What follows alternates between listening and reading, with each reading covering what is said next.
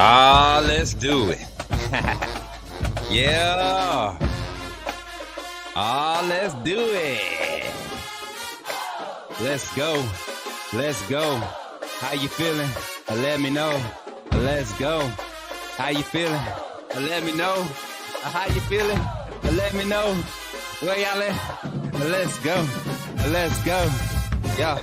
I see you, Antonio. Hey, hey, hey. Y'all remember that? Hey, hey, hey, hey, hey. Come on. One time. One. Hey, let's go, man. How y'all feeling this morning? Let's get to it, man. I am so happy to be here with y'all today. I ain't gonna lie. I am so happy to be here with the AAA family. Listen, today is a crazy day. Not the best in my time, but you know, today is a crazy day because 18 years ago, my grandmother passed. So I had a little rough morning, but you know what just got me up? And I just told Marquita in the back, I was like, look, man, I ain't gonna lie. It was a rough morning. Rough morning at the gym. Couldn't really power through my workout. Had to play basketball to kind of bring myself down. But came home, got in the shower, took everything off, got in my zone, and now I'm ready to get to it, man. Like, I feel like my grandmother is looking down and saying, boy, you better do your thing. You know what I'm saying? She was one of them grandmothers. She not gonna let you be down because something going on with her. She was that grandmother. So rest in peace to my grandmother, Mary Elizabeth Hines. And anybody else that has lost somebody important, you know, praying for y'all. Today was a different one for me. You know, it's 2 days before my birthday. So, yeah. Yeah, I know she'll be helping your boy celebrate right now. If she was here right now, she would definitely be on this channel every day, talking trash. And it just, that's doing what she do. That's my grandmama, man. I miss her. Love her dearly. Rest in heaven. Listen, we got a special B-Day, though. Hold up, I gotta make sure I got this graphic loaded right. Let me make sure I got it loaded right. Man. I knew I was forgetting something, Marquita. I knew I was forgetting something. Here we go. We still got people in Discord talking. Let me see.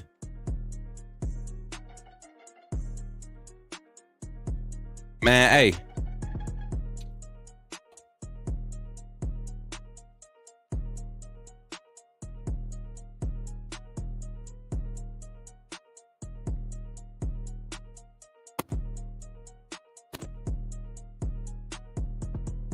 Got me? All right, bet. I didn't forget. I just forgot to put the graphic up there, but we'll have the banner up there. Yo, shout out to everybody. All my May birthdays. I want y'all to put some fire in the chat. If your birthday is in May, we celebrating today. We're gonna try to do this every Friday. We're gonna try to acknowledge every month. So if your birthday is in May, give me some fire in the chat. But not just any day in May. Today is a special day for a family member, and I wonder if I can call. You know what? That's what we're gonna do. We're gonna start the show off with this. I'm gonna do this because I'm different, and this is our network, and we're gonna do whatever the crap we want to do. So this is what I'm gonna do. I'm gonna start off like this, y'all. I'm gonna do a surprise phone call for somebody. It's a special person's birthday. Somebody that's been a part of this community since the first time I heard them talk. First time I seen them in the chat over on Bama Football on YouTube. First time we got to have a conversation outside of the chat. I've been really tied to this gentleman right here. Been like a big brother / uncle to me since I met him. Want to give a special shout out. A special shout out. Go ahead and put it up, Marquita. Special shout out to my OG from Bronx, New York. No, is he from Brooklyn or Bronx? I better not say the wrong thing. He from Brooklyn. Yeah, from Brooklyn, New York. I want y'all to put it in the chat. Happy birthday, OG Gil Cruz, man. That's my dude. Shout out to Gil Cruz. Happy birthday, man. I'm so excited for you to be celebrating another year. My G, man, I'm telling y'all, Gil is one of those guys, man. He's one of those solid, what they call them, pillars in this community. He brings a different type of energy. He's real. He's upfront, very protective of his family. You know, y'all, this transition I've been going through, he's been there with it. He's been there through the whole thing with me, you know, since January, this whole transition, coming to this channel, going to the other channel, like everything, he's been there, always providing some solid guidance. But I know he's probably somewhere enjoying himself. So we're gonna mess it up. We're gonna surprise him with a phone call. Let's see if we can get it popping. Let's see. Yeah. Let's see. Man, you beat me to it. What's up, OG? How you feeling, man? Good, man. I appreciate the shout out, man. Look, man, happy freaking birthday. I ain't trying to hear nothing you talk about. I'm about to sing happy birthday to you. Happy birthday to you. Happy birthday. Happy birthday, OG. Happy birthday. I said a happy birthday. I said a happy birthday to you. Big dog, what's up, man? You crazy, man. Thank you. I appreciate that, bro. Man, how you feeling today, man? I know you got some words for the people, man. Give the people some words of encouragement on your birthday, man. You always full of encouragement. You always full of positivity and wisdom. I was just telling them how much love you've shown me since we've met. I want you to share it with the people, man. It's your day, man. Give them a few minutes of your time, man, if you don't mind. And yeah, show some love, man. Let them show some love. They showing some love to you in the chat. I know you see it. So go ahead, take the floor, man. Oh, man. Hey, listen, man. Just honestly, just thank God. Try to be positive, you know, try to eat well, try to drink well, try to be happy. Life is short, you know. And sometimes the unexpected gets thrown on your lap. Sometimes it's when you're not ready for it. Sometimes you don't expect it, but it just happens. Mm-hmm. And when it happens, you got to grab hold and you got to go hard for it. And no matter what it is, it's any situation. It could be a relationship, a job, no matter what it is, just grab on, hold hard. You know what I mean? Go hard. Yes, sir. I appreciate you. I appreciate everybody. You know, you guys have been awesome. It's amazing. Smook, you crazy, man. You know, I got to bring the energy, man. Man, it's all good, man. You know, man, we love you. You know, I love you. Like you said, we've been connected for a while now. Yeah. You know, and yeah, man, I appreciate you. Things are looking good for you, man. I appreciate the birthday wishes. You know, you caught me a little off guard, so. I already know. I said he probably just getting good and rolled over, probably about to get up and start his day. It's Friday, it's his birthday. He probably trying to relax a little bit. I said, let me catch him. Because I came into this morning with a plan of what type of content I wanted to push out this morning or what type of live. But I started thinking, man, you know, I just told everybody, I lost my grandmother 18 years ago on this day. So to have somebody that cares about me and supports me and pouring wisdom into my life, you know, share that same, you know, this date is a special one to me. And now I have something positive to look at, knowing that I got a big brother / uncle, you know what I'm saying, that I could celebrate this day with. It kind of uplift my spirit, man. And you really a really solid person, man. And I appreciate you for doing what you do, not just for what you do for the network, but on the personal side, like you said, man, like you really been there for me. And I'm glad you're here. Another year around the globe, man. Another 365 days. My G done made it. Man, look, tell the people how young you are, bro. Man, 13 years old. Age is just a number. It is, man. Listen. You know, age is just a number. Yes, sir. You know, you get active, you exercise, eat well, like I said. Age is just a number, man. 100%, man. 100%, man. I'm so glad to have you on.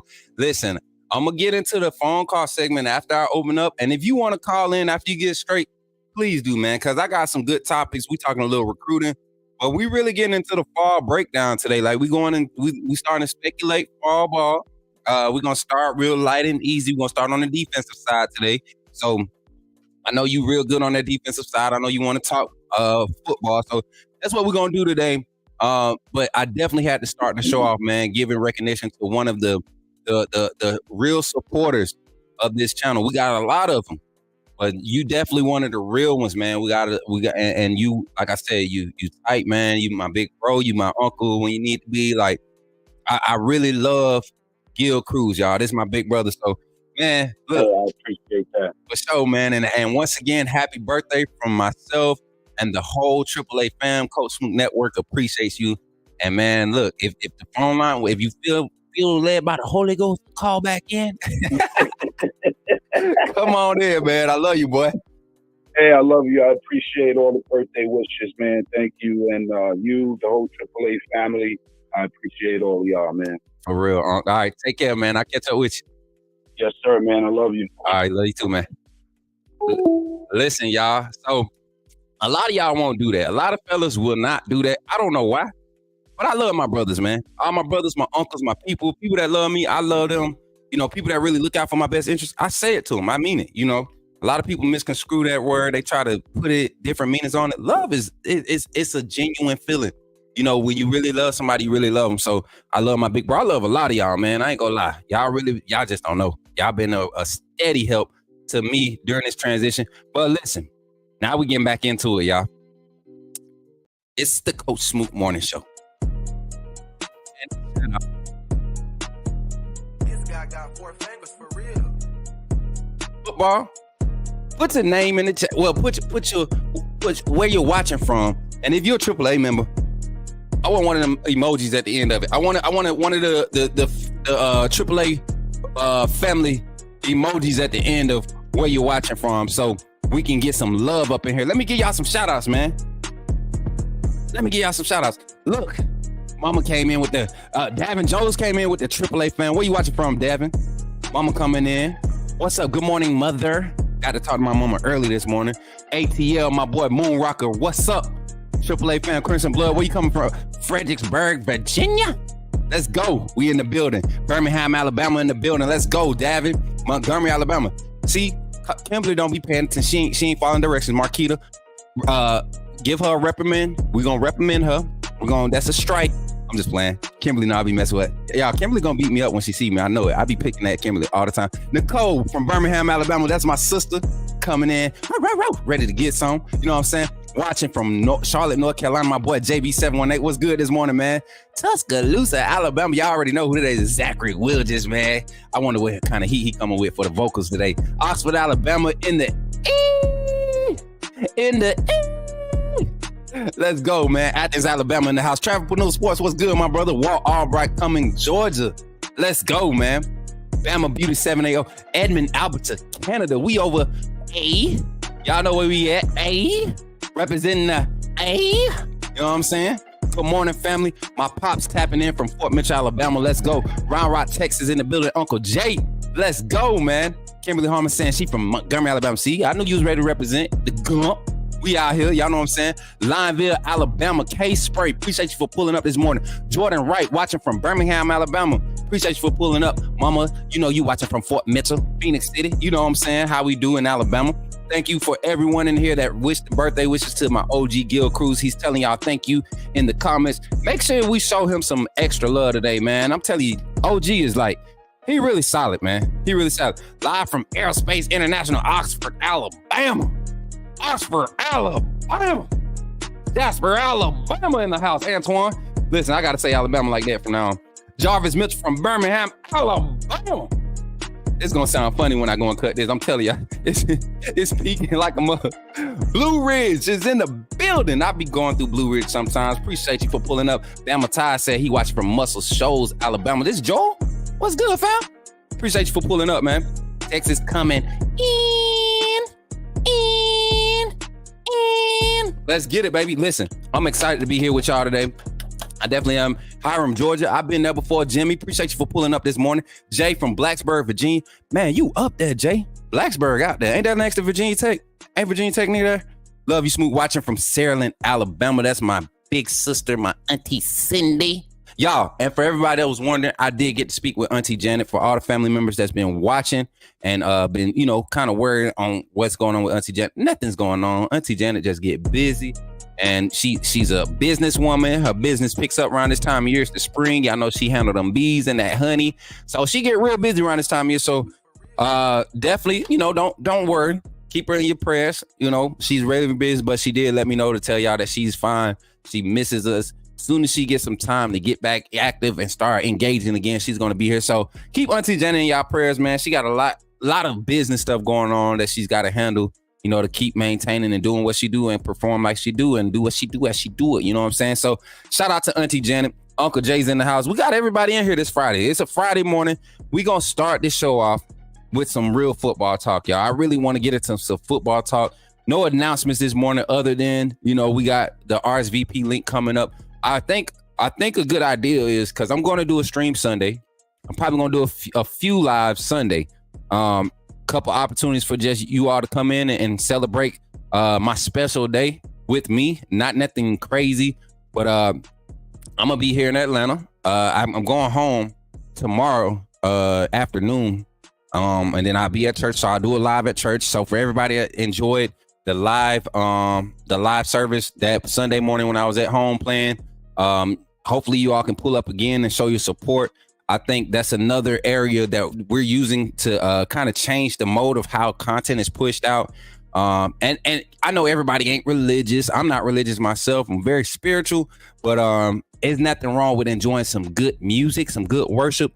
And I think that's what's bringing this community together, the openness about, outside of football. So I want to keep pushing that agenda, and I appreciate y'all for supporting it and being open about your beliefs and everything. Like, even if you don't agree, being respectful to everybody's thought processes and their ways of, their upbringings and all of that stuff. So it all matters at the end of the day. But without further ado, let's get into it, man. We got some football talk. I want to talk about a few recruits, man. I got a few recruits lined up, not necessarily lined up to come on the show today, but we got a few recruits that's been offered recently by Alabama. We got ones that already have offers that have been on the in this 25 class. One in particular that I'm excited about. We kind of talked about him last night. I was going to show a screenshot of our conversation, but I was like, nah, let me just talk about it tomorrow. But one, the Dijon Lee has narrowed his and y'all know who I'm resourcing for all this information. My brother, Mr. Brody Smook, man, with the Brody report, the Smooth Wave report. 2025 cornerback Dijon Lee has narrowed his schools down to four schools, and he's taking primary visits. He's only taking official visits in the month of June. June is crazy because he came in March. When he showed up in March, that's when I first met Dijon Lee. I met him in person, got to talk with him, spoke with him briefly while he was there on his visit. Had a great conversation with the young man. Very soft-spoken, not soft-spoken, very direct with his approach and his speech. Holds himself like he's really highly regarded in himself. He is very confident, not cocky, but confident. And he makes himself approachable. So talking to him was very easy. But the young man is a dog, and I could see why the staff is after him. He's narrowed his schools down to Alabama, Georgia, Texas A&M, and Washington. That's a weird combination, right? And if you look at those schools, only one school out of that four shares a certain dynamic for the cornerback position, and that's Georgia. And my sources and my feels around it is that Dijon Lee is really leaning towards Alabama. I told y'all the other day, I'm about 85-90% sure that he will commit to Alabama.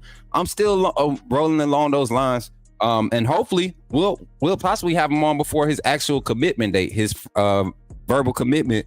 And I think it's set for June. I want to say June 9th. He had made an announcement, but I definitely go back and fact check that. But Dijon Lee has Alabama in his top four, so that's a good vibes around that. And a lot of people like, who is this young man? Why is everybody so hype about him? I'll bring up the film. I'll show you why everybody's hype about him. I'm gonna show you a few clips, and we kind of looked at it before, but I want y'all to really look at it now. Check this out. And they're gonna circle him. He's gonna be lined up at safety. Sometimes he's gonna be lined up at corner. The young man just knows how to make plays. He just knows how to make plays. Get in the passing lane, and he finds the ball. You see him at boundary corner right there. I like him playing this off coverage. He knows how to decide. Look at him. Just jump the ball. Just jump the route. That's film study. That's instincts. You can't teach that, right? That's film study. You can't teach that, man. Right here on the right. Look at him. Look at him. Look at him. Get in there, break the ball up. The receiver doing the can't catch sign because your boy jumping the rock. He almost had another pick. And these are he plays in is it Mission Viejo? I don't know if I'm saying it right.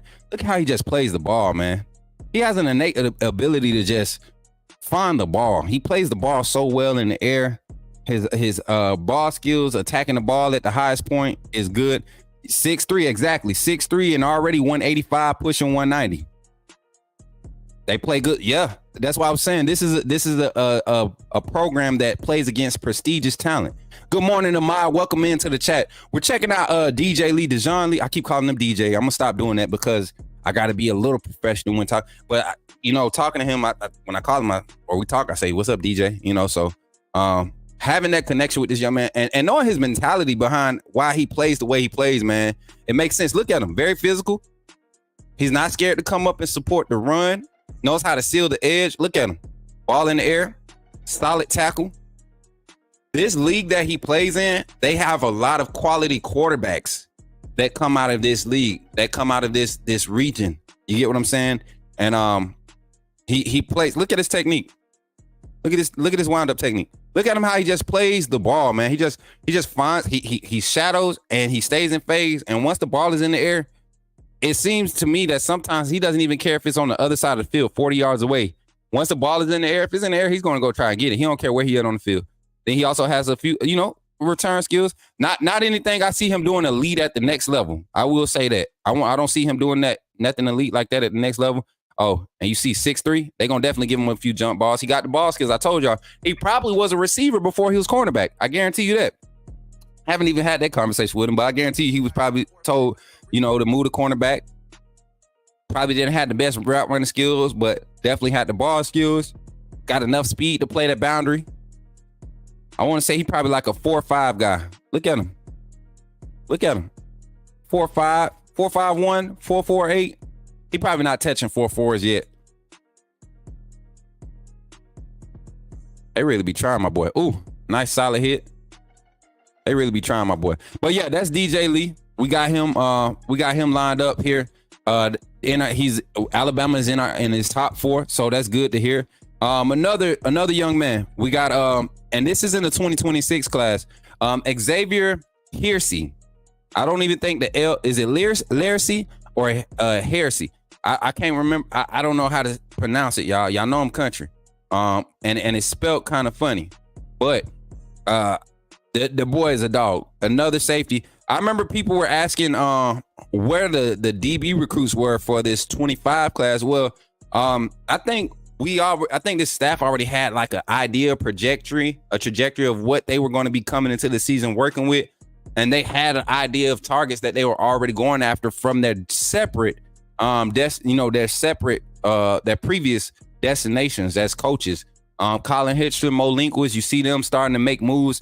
And they're not necessarily attacking the state of Alabama, Georgia, Florida. They're getting guys out of, like off the West Coast, some California kids, some South Texas kids, some West Texas kids. They got a kid out of not North Dakota. I'm sorry. Out of Northwest Washington that they're looking at, and the kid is a dog. So once he gets an offer, we'll pull him up. We don't try to get into the predicting who guys are going to go, who Alabama's going to go after. We just look at recruits, who's offering them, and see if Alabama's offering them, and we kind of evaluate, and then we try to build those relationships and figure out how close we are to getting them to commit. So that's what we do. That's what we do. They won the California State Championship for their division last year, Shane. Oh, that's what's up. I didn't even know that. But I want y'all to check out this free safety, man. And I want to say, listen, y'all gonna have to correct me on this young man's name. I do not want to butcher it. Somebody help me out. Where Antoine and Dwight, they good, and Moonrocker, they good with the enunciation breakdowns of words. Here we go. The young man's name is Xavier Lersey, right? Lersey. Y'all see that? Let me see if I can zoom in some more. Xavier Lersey, right? Am I tripping or am I, Marquita, what you thinking? Literacy. I know that either the H is silent or the L is silent. One of the two, right? You know what I'm saying? Like, come on, y'all. Don't y'all. If y'all laughing, I'm gonna fire you up. I'm just letting you know right now. This where he from. The young man is from Melbourne, Florida. 5'10", 180 pounds. You look at his arms. I want y'all to look at his arms. He got some long arms for 5'11", 5'10". I see a 6'2" frame, 6'1". You know what I'm saying? Probably 205 by the time he's ready to see the field at the college level. I like what this young man brings to the table as a safety. And my thing is he can play in the box too. He could play in the box. And this highlight film that we about to check out, man, this young man was a sophomore. This is his sophomore year. So this most recent year. And y'all see on his film, he has himself labeled as a DB athlete. So we definitely going to see some offensive highlights. Look at the anticipation. Reading the route. Look, sitting on the hash. I ain't evading it too soon. Let the quarterback feel like he got it. Oh my Jesus, look at that. That's beautiful. Take it to the house. Try that app. Yes, sir. I like that, Xavier. I like that. Here we go. Too high again. Yeah, he thought he had it. No, sir. Go up and get that bad boy. He came down with it. He didn't come down with it. That was a hard fall, though. Oh, yeah. Oh. Whoa. Whoa, now. Whoa. Hold up. Let's go back. We got a big screen, that bad boy. Hold on. I want y'all to watch this one more again. Yow. What's the flag, ref? What's the flag? What in the world? Did y'all see that? What's the flag for? That's crazy. We got to go back and look at that again. Investigation. Proclamation investigation. Let's see. Where's the flag for? Let me see.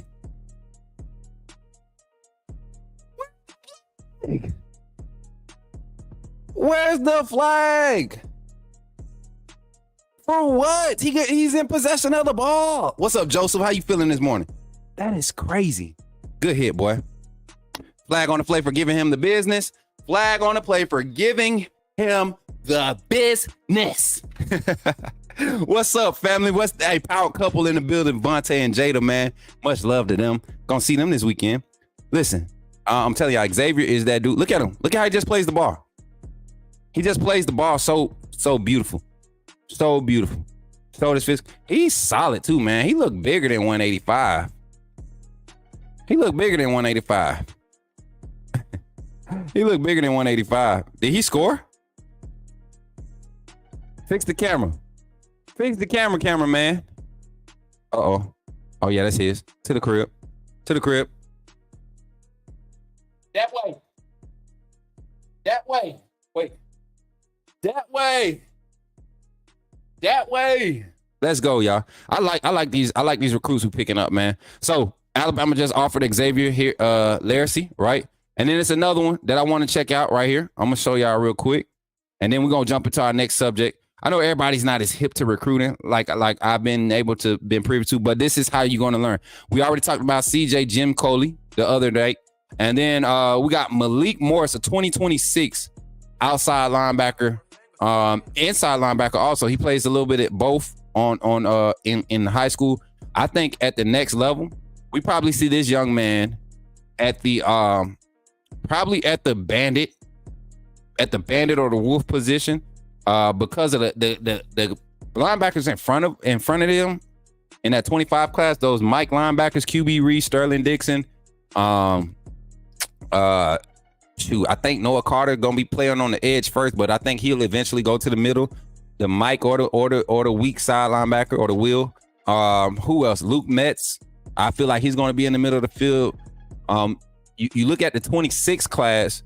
I think a lot of these guys are going to be asked to go to the edge and do what they do best.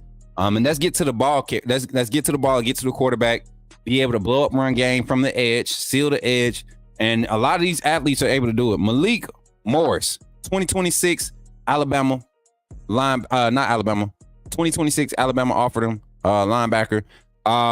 Plays at Lakeland High School. If y'all know anything about Lakeland, Florida, that's where your dogs come from. That's where your dogs come from. 6'2", 225. Once again, anytime you see teams like Georgia after defensive players, these guys usually have quality. Kirby Smart is one of the best recruiters in the SEC, if not the best. And he identifies defensive talent like no other. So I'm excited to see where this recruitment goes. And I think I got his highlight film up, if I'm not mistaken. Yes, we do. Here we go. Malik Morris. We got his highlight film up. Let me share this tab right here. Minimize myself over here so we can give a full screen type look. And then let's get to it. Malik Morris, class of 2026. You see him at the Mike linebacker position now. Look at the tracking. Definitely want to see him wrap up. Made the play still. 6'2", 225. Y'all remember when I was talking about Rolando McClain 2.0? Tell me this ain't it. Tell me that's not Rolando. I mean, literally, tell me that's not a Rolando McClain play. Watch this one. And I've only watched the first 5-6 plays of this, guys. Tell me that's not Rolando McClain like. Dissecting plays, getting in there, pressing the gap. Pressing the gap. Uh-oh. Not him bull rushing. Not him in a 3-point stance bull rushing.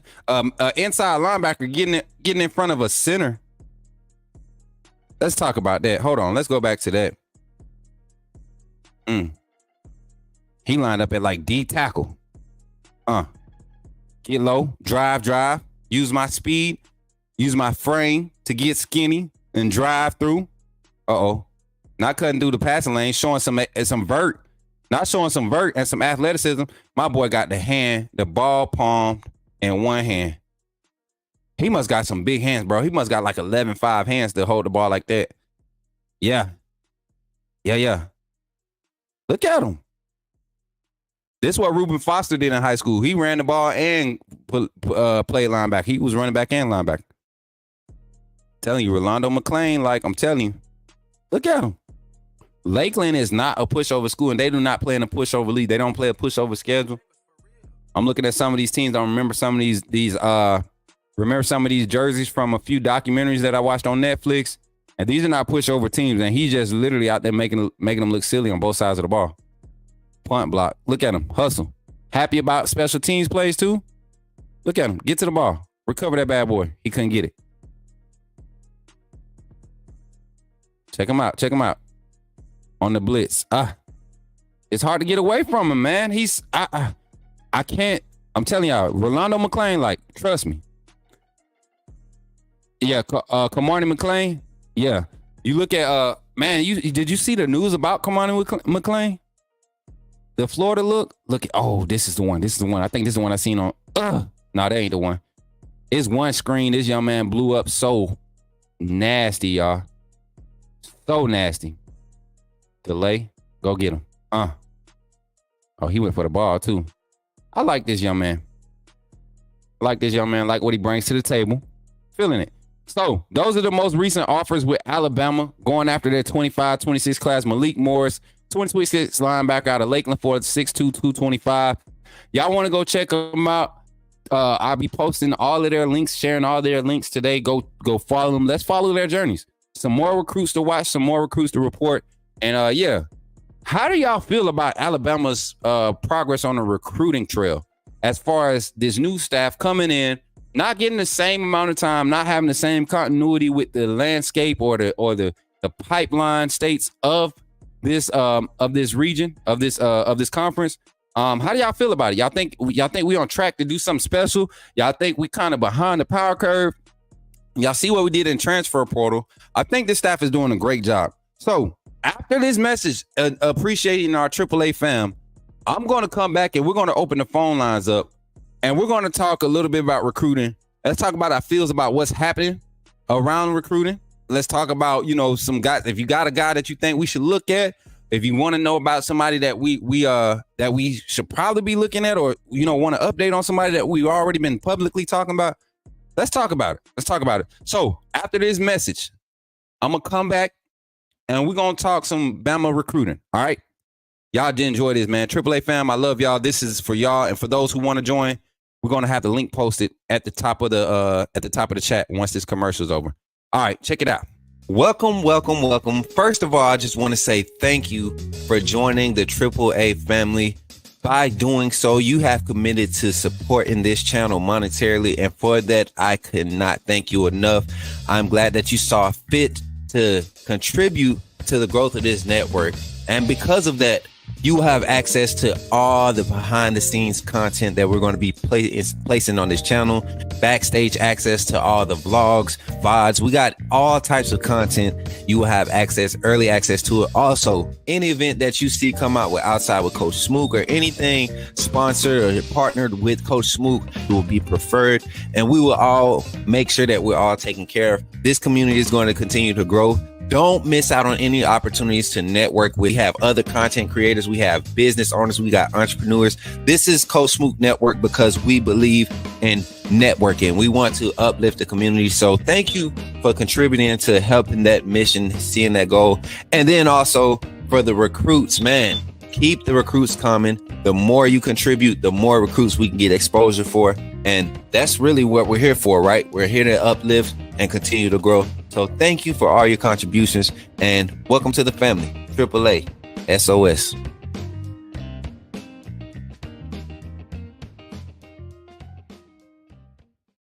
OS. Y'all know what that means, man. Standing on Smook, AAA, authenticity above all. Y'all see I got the t-shirt on today. You know, some outside with Coach Smook vibes. You know what I'm saying? We had to rock it. It's a Friday. You know what I'm saying?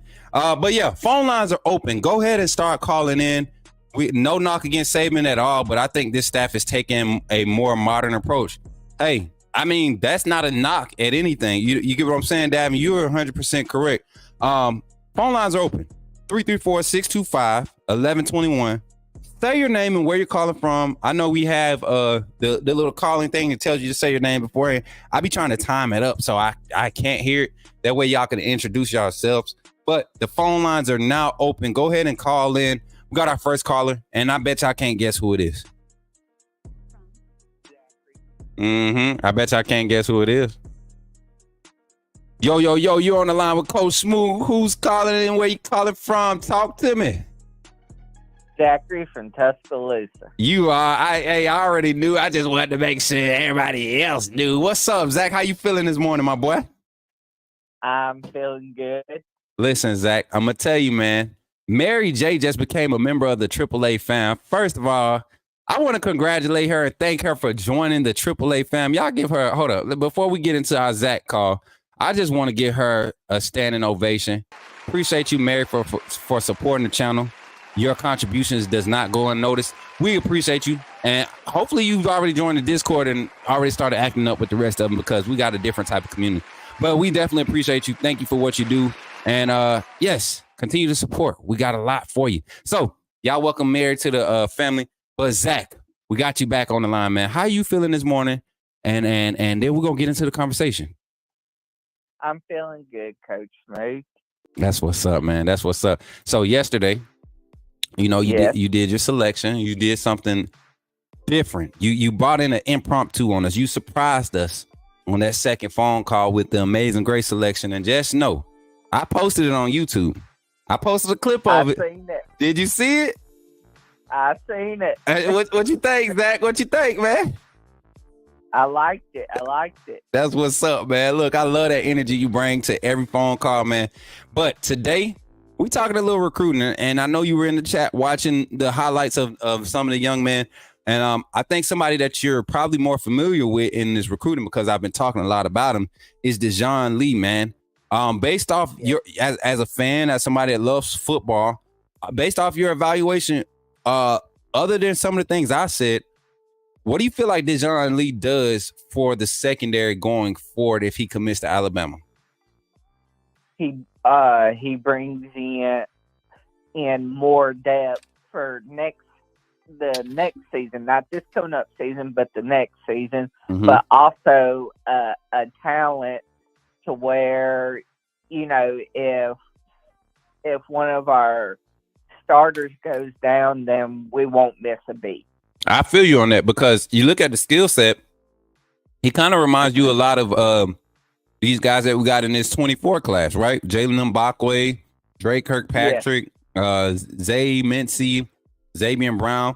Like those guys right there, Red Morgan, they're all great cover guys, like very good cover guys. So I like the way the staff is heading. Malik Morris, the linebacker, you saw his athleticism playing running back and linebacker, even lining up in the 3-point stands, getting in on the D line, bull rushing, just a powerful guy. You heard my comparison. I gave him a former Bama linebacker comparison of Rolando McClain. Just a few clips that you was able to see. Would you agree or disagree? And if you agree, tell me why. If you disagree, who would you say he relates to or resembles as far as this stage of his career? I agree with you because he brings the same kind of intensity and fire that Rolando McClain brought. But the one difference is, and I've never been around the guy, so I don't know how he is in the locker room. Can he motivate the guy to perform game in, game out, every single play, all 4 quarters, like Rolando did, You said something special there, Zach. Like that, I think, and we had Coach Sean on the first week, and that was one of the things he highlighted. The way Rolando McClain kept the team accountable. The coaches didn't have to do it. Rolando and a few other guys on that team were the disciplinaries. They were the standard. They set the standard and they upheld it. They didn't let anybody cheat themselves.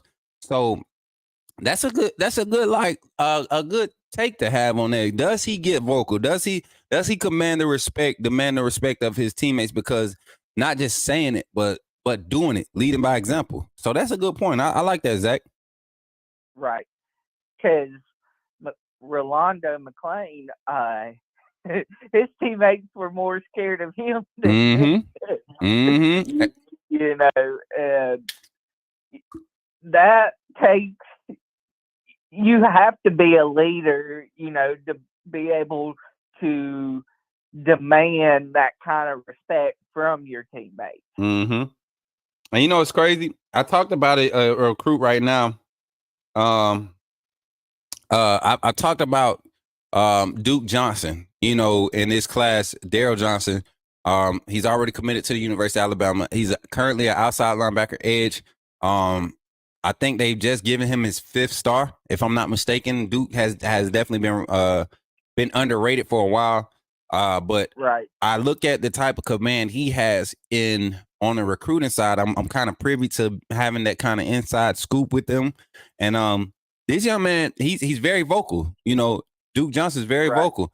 Maybe he becomes this era's Rolando McClain, where the standard is set by Duke Johnson, or maybe I'm thinking maybe QB Reese is also another guy, but QB Reese gives me more of Reuben Foster. You talk about guys that really give you Rolando type impact. I'm looking at this young man, Malik Morris, and I'm looking at Duke Johnson. Hopefully we can get a commitment from Malik. Hopefully we can get commitment from Malik and continue to strengthen that linebacker room. That's going to be a key room as far as the talent you want. You want to start winning those battles early, because this defense requires those linebackers to be in space a lot, and those top end guys, they're gonna be locked in somewhere if you don't jump on them early. So I'm excited to see it. I'm gonna ask you this, Zach, with the recruiting, how everything's been going with recruiting since Kalen DeBoer and the staff took over. Give them a grade A through F, and then give an explanation why. Some things that you've seen, some things that you haven't seen, that whatever gives you. Brings you to that point to give them that evaluation, that score. Talk to me. I give them a B plus. The reason why is because I'm the type of fan that takes the wait and see approach, and so I want to see what these recruits are going to bring to the table. Right. Am I high on them? Yes. Mm. But also, as a fan, I have to be realistic as well. Right. So I appreciate that, Zach. Like I think I'm on the same type of wavelength. Even as a someone who has a few years of coaching experience, right? Even Right. at the high school level, it would be. We had a kid named Zachariah. I forget his last name. Zachariah was playing at the middle school, and you could see the potential there. You could see the potential there, and the year I left, I stepped away from coaching after COVID. The year after COVID, that was the year they really pushed him into a role that I always said he would need some development. And they saw the growth, they saw everything, but it really hurt his confidence because he was not ready. And so that goes to show you, like, you could be hype about a player, but you really got to evaluate these guys and focus on development before trying to put them in positions to say, hey, the weight is on you. Nah, let's share this weight. And the more you learn, the more you grow, you'll become more comfortable with handling that pressure and you'll be able to perform under that. And I think that's what's happening in the college football game. You got a lot of college staffs reaching out to these guys at 9th, 10th grade level and giving them the keys or the things that they're looking for. And now they're starting to develop a lot better, getting with the right training facilities, doing what they got to do to continue to be great athletes. And I like to see that. So you said you gave him a B+. So far, what's been the biggest move? And you can even go back to getting Ryan Williams back, or getting this person signed. What do you feel like was the big catalyst move for Kalen DeBoer and his staff in recruiting over this past, where he came into the job, January, so the past 4 months? Yeah. Getting Ryan Williams, because Ryan Williams was the Julio Jones of Kalen DeBoer. Mm-hmm. Because when Nick came in, he got Julio Jones, and it opened the floodgates to get Mark Ingram, Mark Barron, Deontay Hightower, Reuben Foster, C.J. Mosley, Minka Fitzpatrick, Marlon Humphrey, all them guys, Derrick Henry, all of them. That he named some. Hey, y'all. He named some Hall of Famers. Some near future Hall of Famers have come through this program, all because Coach Saban was able to get one big name recruit. And it's never been a secret. Coach Saban knew if he can get Julio Jones and get enough buzz around him and show that there's an opportunity for you to come to Alabama and really create something for yourself and develop, he did that. Kids really bought into that. And I think Kalen DeBoer is trying to do the same thing. And it's more tricky for Kalen DeBoer. I saw a comment earlier. Somebody said, no disrespect, but Coach Saban was falling behind on the times. It's a new way of recruiting, and he wasn't hip to it. Would you agree with that? I would. And because he coached the way he coached for over 50 years, right. So he, how older people are, they're stubborn and stuck in their ways. It's hard for them to change. It was hard for Nick to change. Now, did he change and tweak things? Yes. But to fully commit and fully change to get to the next level, he was not able, or I'm not going to say willing. I'm going to say he wasn't able with his age to accomplish that. You're right, Zach. After coaching for that many years, you shouldn't be subject to doing that and having the success. He bowed out like he wanted to. He didn't get pushed out. And that's the thing. He did it just like he planned it. Zach, I got a special comment for you.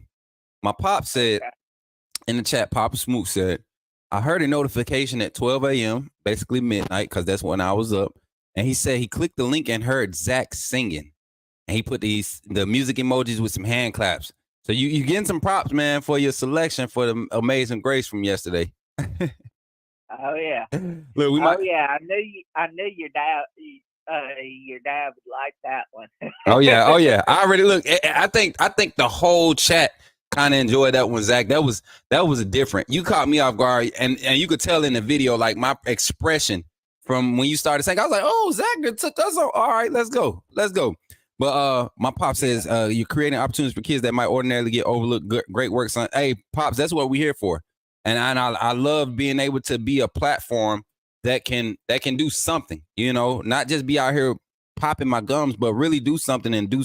You know, if anything, the controversy that I created brings eyes this way. So while they're looking, here's something positive to look at. You know, and that's what I try to use the network for. It's a strategic approach to how we do everything, and I appreciate everybody for supporting it. I really do. But Zach, you know what time it is, man. Oh yeah. Oh yeah, it's Friday too. Oh yeah. Y'all hear that? Zach sound like he ready today. Zach, the floor is yours. Listen, AAA fam, Coach Smook Network. We have our A selection from brother Zach Wilges. Happy birthday. Hold on, Zach. Zach, no. Happy birthday to you. Happy birthday, Coach Smook. Oh man. Happy birthday to you. I knew you was gonna try to get me. Y'all. I tried to cut him off, man. I knew he was gonna get me. I shouldn't even said that about my birthday. I should have let y'all forget. But I knew if anybody was gonna try to get me, it was gonna be Zach, man. Zach, I appreciate you, man, for real, brother. Like, you just don't know. Your testimony yesterday, I don't even want to call it a testimony. Your words of encouragement yesterday, letting me know how this, letting the community know how much this means to you, the community and the support and the love that we show each other and how they show you love. And, you know, that meant a lot to me. And we talked about it a little bit last night in the lobby, man. It just felt good and it was very heartfelt. And we appreciate you, Zach. We appreciate your openness and you kind of just stepping into this personality, man. Is love, man. It's love, and I love it. I want it to be a part of this show every chance you have to do it, man, and call in. Just know, you already know, Zach. We are, and look, the chat already be waiting for you. I feel like after like 6 or 7 minutes of us talking, you're like, all right, let's get Zach on the mic. We trying to get him to sing. So I appreciate you for committing to that, man. And anything you want to say to the family before I let you off the line, my boy? Roll Tide AAA family, love you guys, and have a great weekend. Yes, sir. And don't forget, Zach, I might be live Sunday. We won't do a call in, but you know how we do. We jump on that live. I'm going to be celebrating my birthday a little bit, so I want y'all to get on there and act up with me a little bit. Oh, yeah. Oh, yeah. I will. Zach said, oh, yeah. You hear me? Oh, yeah. All right, Zach, have a good day, man. All right. Roll Tide, man. Yes, sir. Roll Tide. Man, I love when Zach call in, y'all. He just does something for my spirit, man. I appreciate his spirit, man. Just the positivity, the joy you hear in his voice. He said when he get to that, oh yeah, that's when you know Zach ready. When he say, oh yeah, that's when you know he ready. So I'm excited, man. Like I said again, this is B-Day weekend. Shout out to Gil Cruz again. Birthday. One of the knowns in the chat, one of the regulars, one of the pillars of this community. Yo, we got another one on the line. Y'all know who it is. Jay Townsend. To accept, y'all know who it is. To send a voicemail, press 2. Y'all know who. At any time, you can press. Tell, hey, Uncle Jay, call back. I clicked the wrong number. Call right back. As a matter of fact, no, I'm gonna call you back. Bump that. I'm calling you back, Uncle Jay. Y'all remember y'all told me this was ghetto? I'm sorry. Gots to be ghetto. Gots to get Unc on the line. Gots to get Unc on the line. Gots to get Unc on the line.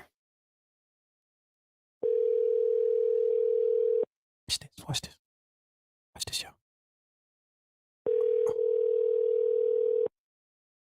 Call from Jay Townsend. Gots to get Unc on the line. Call from. Hello? Hold on, y'all. Your call has been forwarded to voice. Hold on, y'all. I got it. Hold on. Uncle Jay. I don't know what happened. Why gave me that number? Uncle Jay, call back one more time. I don't know how. I was taking 2 phone calls at the same time. Call back, Uncle Jay. Call back one more time. Oh, that's what happened. I got both of these freaking things open. Did y'all hear echo on the last phone call? If y'all been hearing the echo and y'all tell me, I'm gonna be fubble, fubble, fubble. That's my dad cuss word, y'all. Fubble, fubble. My daddy used to be. Dad, you remember your cuss word, fubble, fubble? Just put some jelly on my biscuit, about to smash. Oh, snap, Antoine. What kind of... Marquita said it is ghetto, coach. Hey, what kind of biscuit you got, Antoine? Where you got a biscuit from? You did a Pillsbury? One of them flakies? Them flakies be smacking. I ain't gonna cap. We got Call Uncle. from J Town. Yo, Uncle Jay, you on? I got you. What's up? Nothing much, man. Over here, my fingers ain't working right. Trying to click the right button, it ain't going through correctly. I got 2 phone lines open, trying to be, what's the young man's name? I can't remember his name, Mr. Two Phones. You know the song, man. I just can't get right today, but glad to have you on, Uncle Jay. What's good, man? Hey, man, look at here.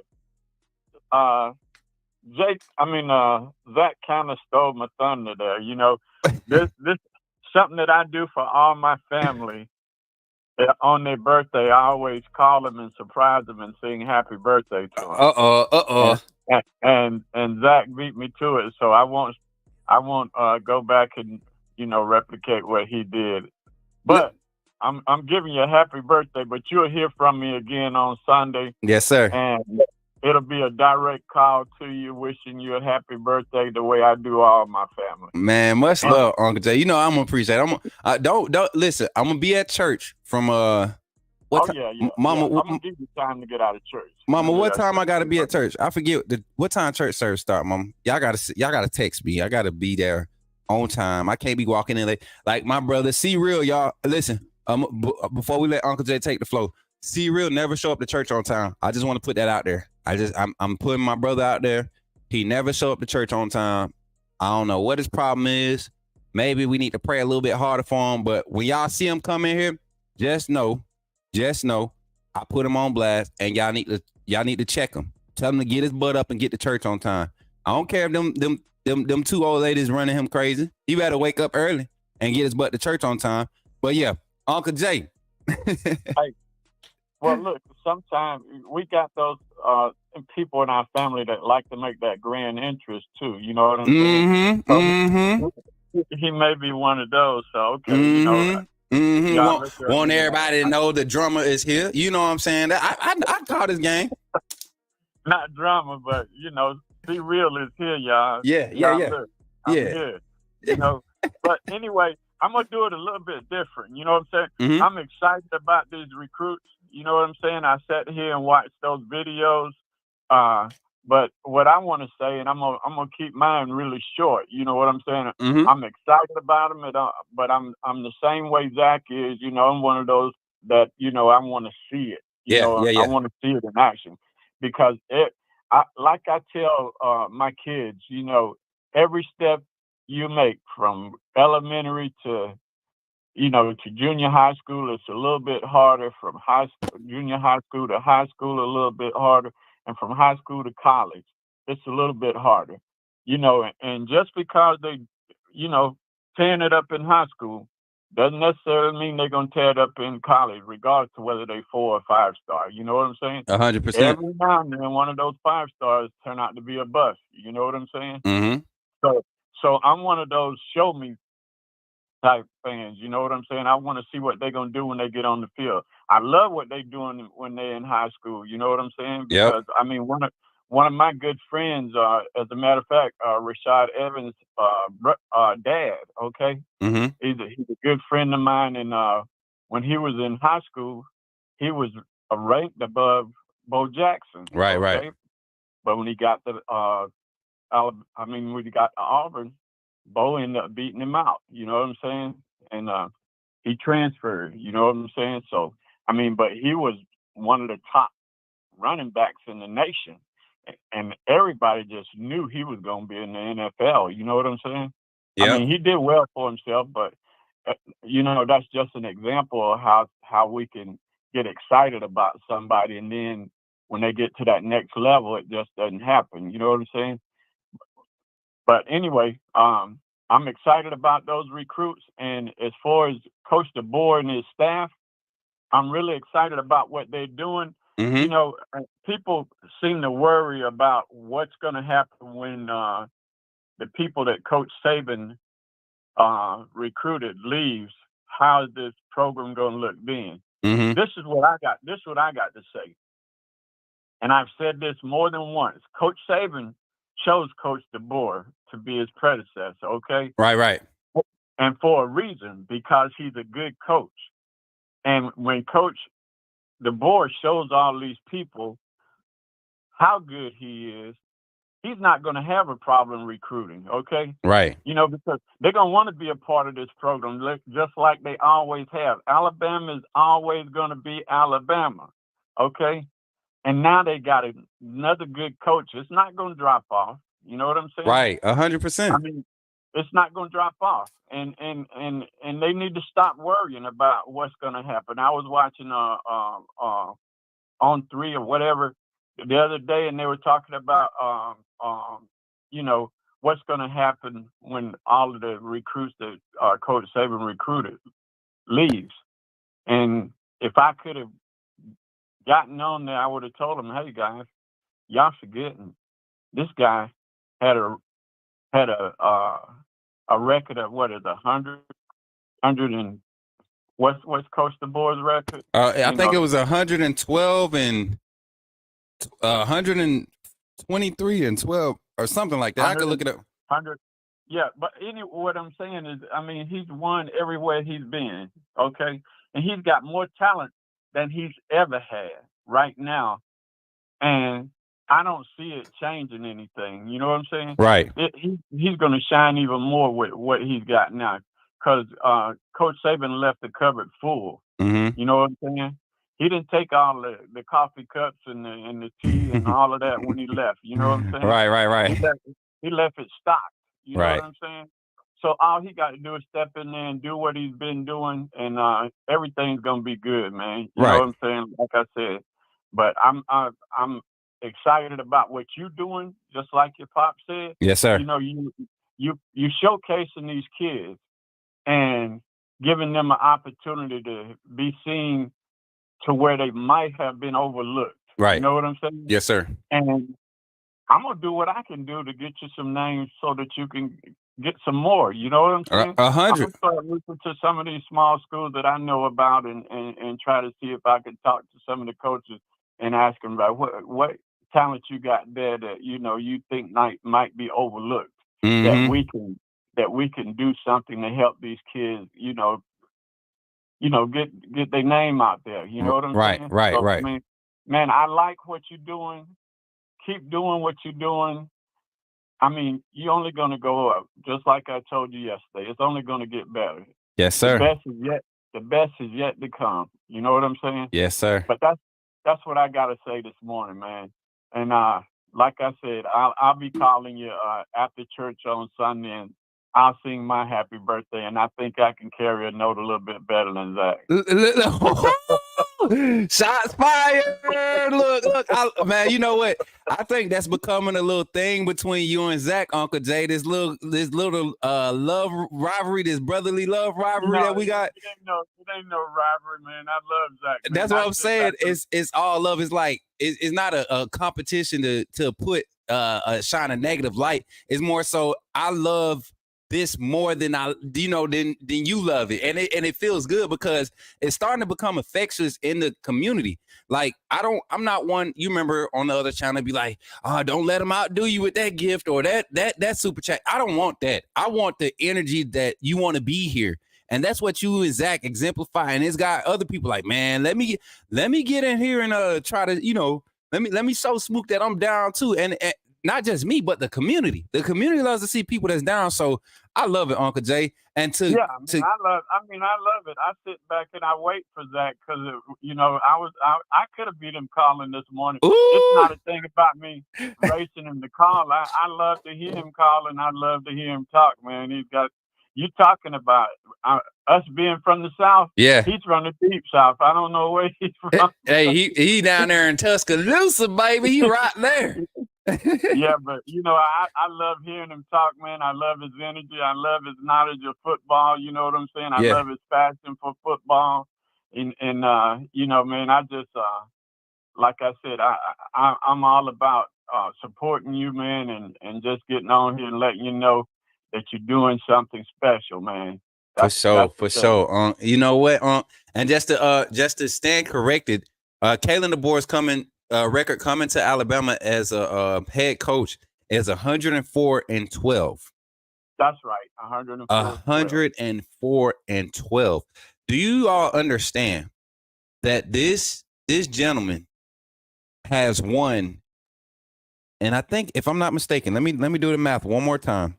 I did it before, and I don't think the record's changed since we did. I mean, the numbers have changed because they haven't played a game. Let me do it one more time. And I think that comes out to like 78% win percentage. And he said something when he first started coaching at the high school level. He took over a losing program that he didn't even want to coach. And they went undefeated the next year. That's something. That's something. You know what I'm saying? You're talking That's showing that he knows the game. I mean, even when he started out at high school, he showed that he knew something about the game. You know, right. And everywhere he's won. Right. You know what I'm saying? And when you talk about, I think 2 or 3 of those losses that he took was during the COVID era. So that's something you got to keep in consideration too. You know what I'm saying? Yep. I mean, had it not been for COVID, his record possibly could have been even better than what it is now. You know what I'm saying? So, I mean, I'm not worried about this program. I know this program is only going to move forward and it's going to get better, man. You know what I'm saying? Yep. But anyway, let me get off here and let you get on with the program, man. Enjoying it, and I'm sitting here and I'm gonna be locked in for the rest of the way through. Good morning, everybody. Good morning. Roll Tide. Yes, sir. Look, I love it. He catching the rhythm of it. Look, Uncle Jay, I appreciate you, man. And Roll Tide, I'll be talking to you soon.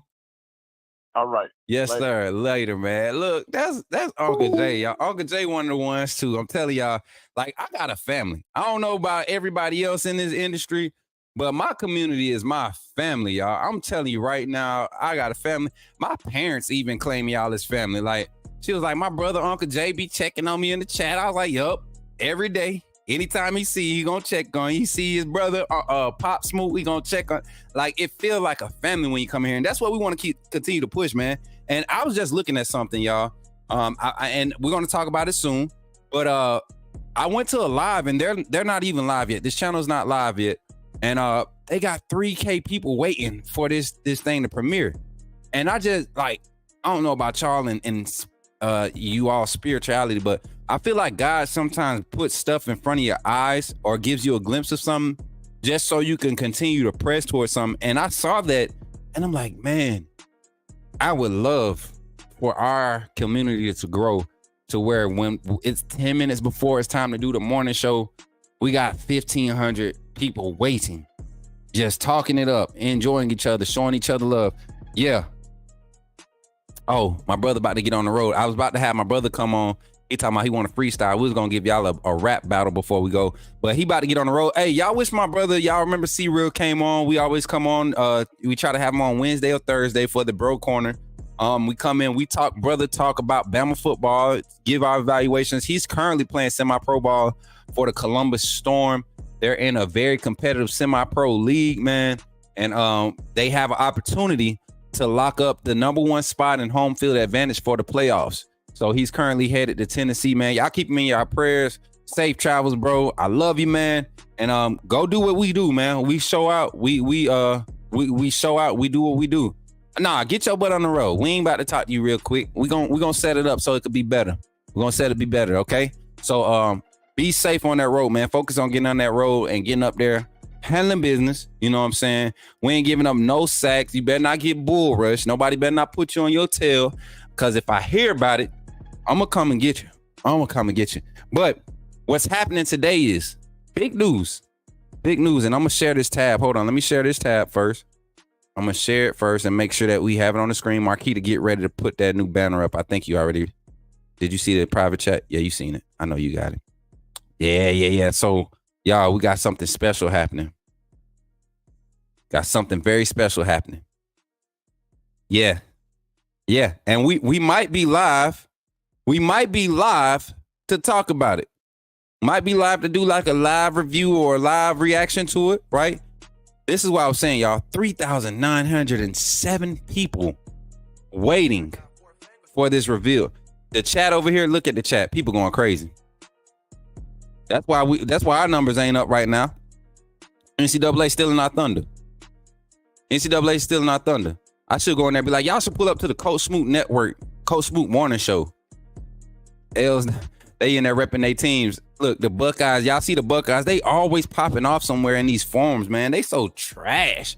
Bump Ohio State, man. And I'm sorry, Ebony, I know you in here. I love you, sis, but I can't stand Ohio State. But yeah, I'm so ready. The official reveal is over. We're going to probably, you know what? I might not do a live reaction because she said, woo, woo. I might not do a live reaction because I don't want to risk getting copyrighted, but I have an appointment at 10:45. So today's show, we'll be ending it here in about 20 minutes. So we won't be able to do a live reaction to it, but the standard version is unavailable on PSN. Oh, really? That's sad. But y'all, we won't. I want to do a live reaction. I want to do a reaction to it. So after I get back from my appointment, I'm gonna watch the reveal. Well, I'm gonna watch the reveal while I'm on my way there. But I'm gonna react to it, and then we're gonna have a live tonight. I'm just letting y'all know because we didn't have a daytime agenda. I just really want to get in and talk to the community this morning, and y'all are doing that. We got Zach on the phone. We got Uncle Jay. Got room for 2 more phone calls, and we talking recruiting. That's all we got. That's really all it is to talk about with Alabama football right now. And then we can dive into the fall. Wait, let me check because I think I'm looking at my clock wrong, y'all. I was like, I know it ain't 11:23 already. I was about to say, so yeah, we still got an hour. I was like, man, I did not start the show. Marquita, I'm back here tripping. I'm up here tripping. I'm thinking we done started the show late, like an hour late. I'm thinking, yeah, I'm sorry. Forgive me. I'm in a rush because this is an important today. Another big thing, I'm gonna share this with y'all too because I love y'all and y'all my peoples. I'm gonna go ahead and show y'all this because y'all know we've been waiting about our SEC Media Day information. Y'all know I told y'all I want to be at SEC Media Day. I want to show y'all something. I showed my moderators and they started going crazy. So I know since they went crazy, I'm pretty sure y'all ready to go crazy too. Oh yeah, it don't matter. I could show that. That ain't no breach of security or nothing like that. I'm gonna show y'all this real quick. Boom. Yeah, y'all see it. Yes, sir. I got them email this morning. Your boy is officially going to be in Dallas, Texas for SEC Media Days. It's going to be lit. I only screenshotted this top because it is basically the information that I need to do to get my credentials.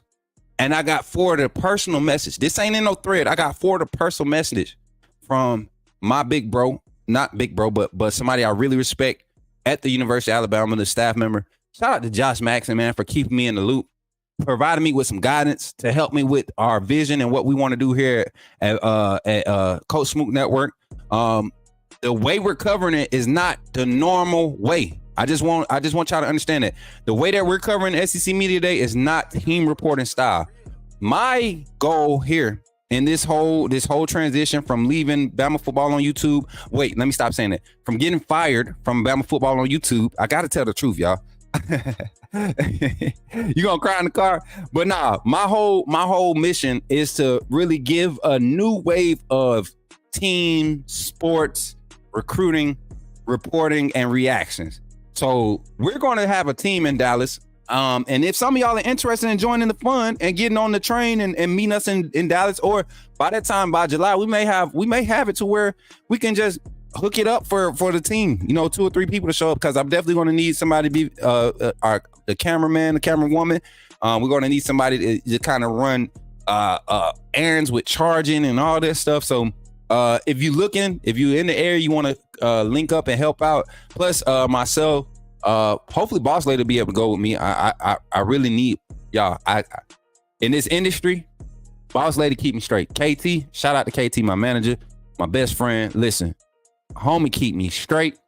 Homie keep me straight. When I say I be wanting to clap back at folks, she be like, we ain't gonna do that.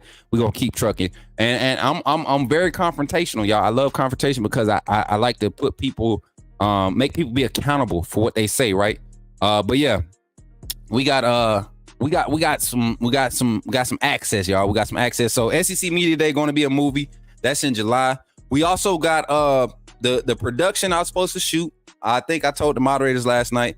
Got some issues with our equipment. We want to do this production high quality, so we've already rearranged the meetup with Bryson Riggins and the Russell County athletes that we're going to be featuring on our first docu-series, A Day in the Life, with the future recruits in state Alabama. And we got some the in-state docus, and then we got the Alabama Target docus. So we're gonna try to push out 8 of those during the summer, and that's hard work. So y'all continue to support.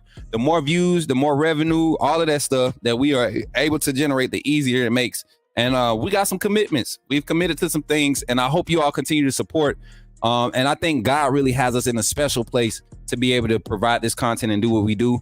And also, and I'm just doing the middle of the show announcements, and we're going to touch up on these again. Also, Outside with Coach Smook tailgate, Alabama versus Georgia, September 28th, 2024. We will have our event open to our community. It will be a paid event. It's a paid promotional event. The RSVP is not, you don't have to pay the RSVP, but you definitely gonna need to pay to get up in that thing. So the RSVP link, I want to put it up Sunday. Maybe I do it for my birthday.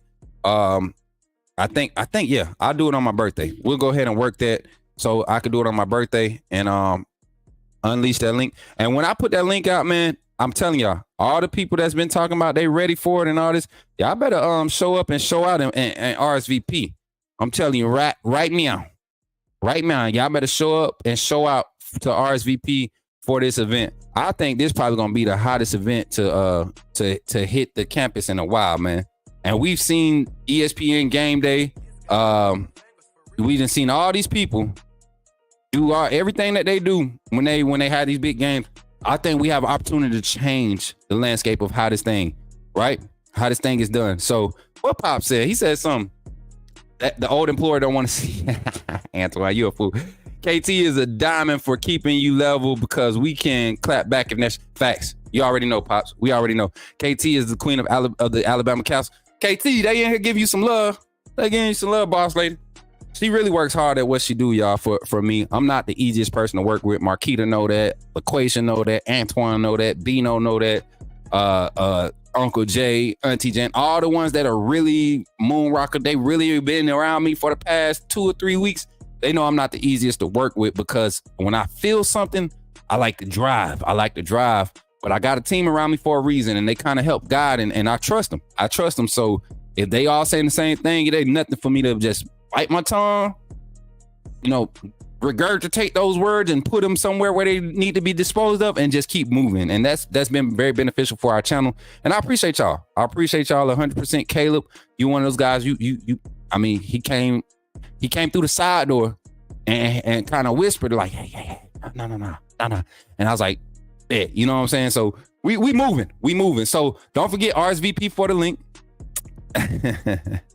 That's my auntie, y'all. She said, shout out to KT because I already know what that's a task all by itself, keeping my Smook in line. Yes, auntie, I'm very, very bullheaded, very headstrong, but we got a team surrounding me. Y'all pray hard enough and God answers. Amen. So back to the talk, man. Now we've kind of talked recruiting. I think this is something that I really want y'all to engage in. Fall camp preview. fall camp preview. I saw a article. Somebody either shared it with me or there was a video. Let me see. It might be on Instagram. And I want to look at this starting lineup video. Who shared that with me? It was somebody in the chat. Y'all shared this starting lineup video with me. I want to say it was, who was it?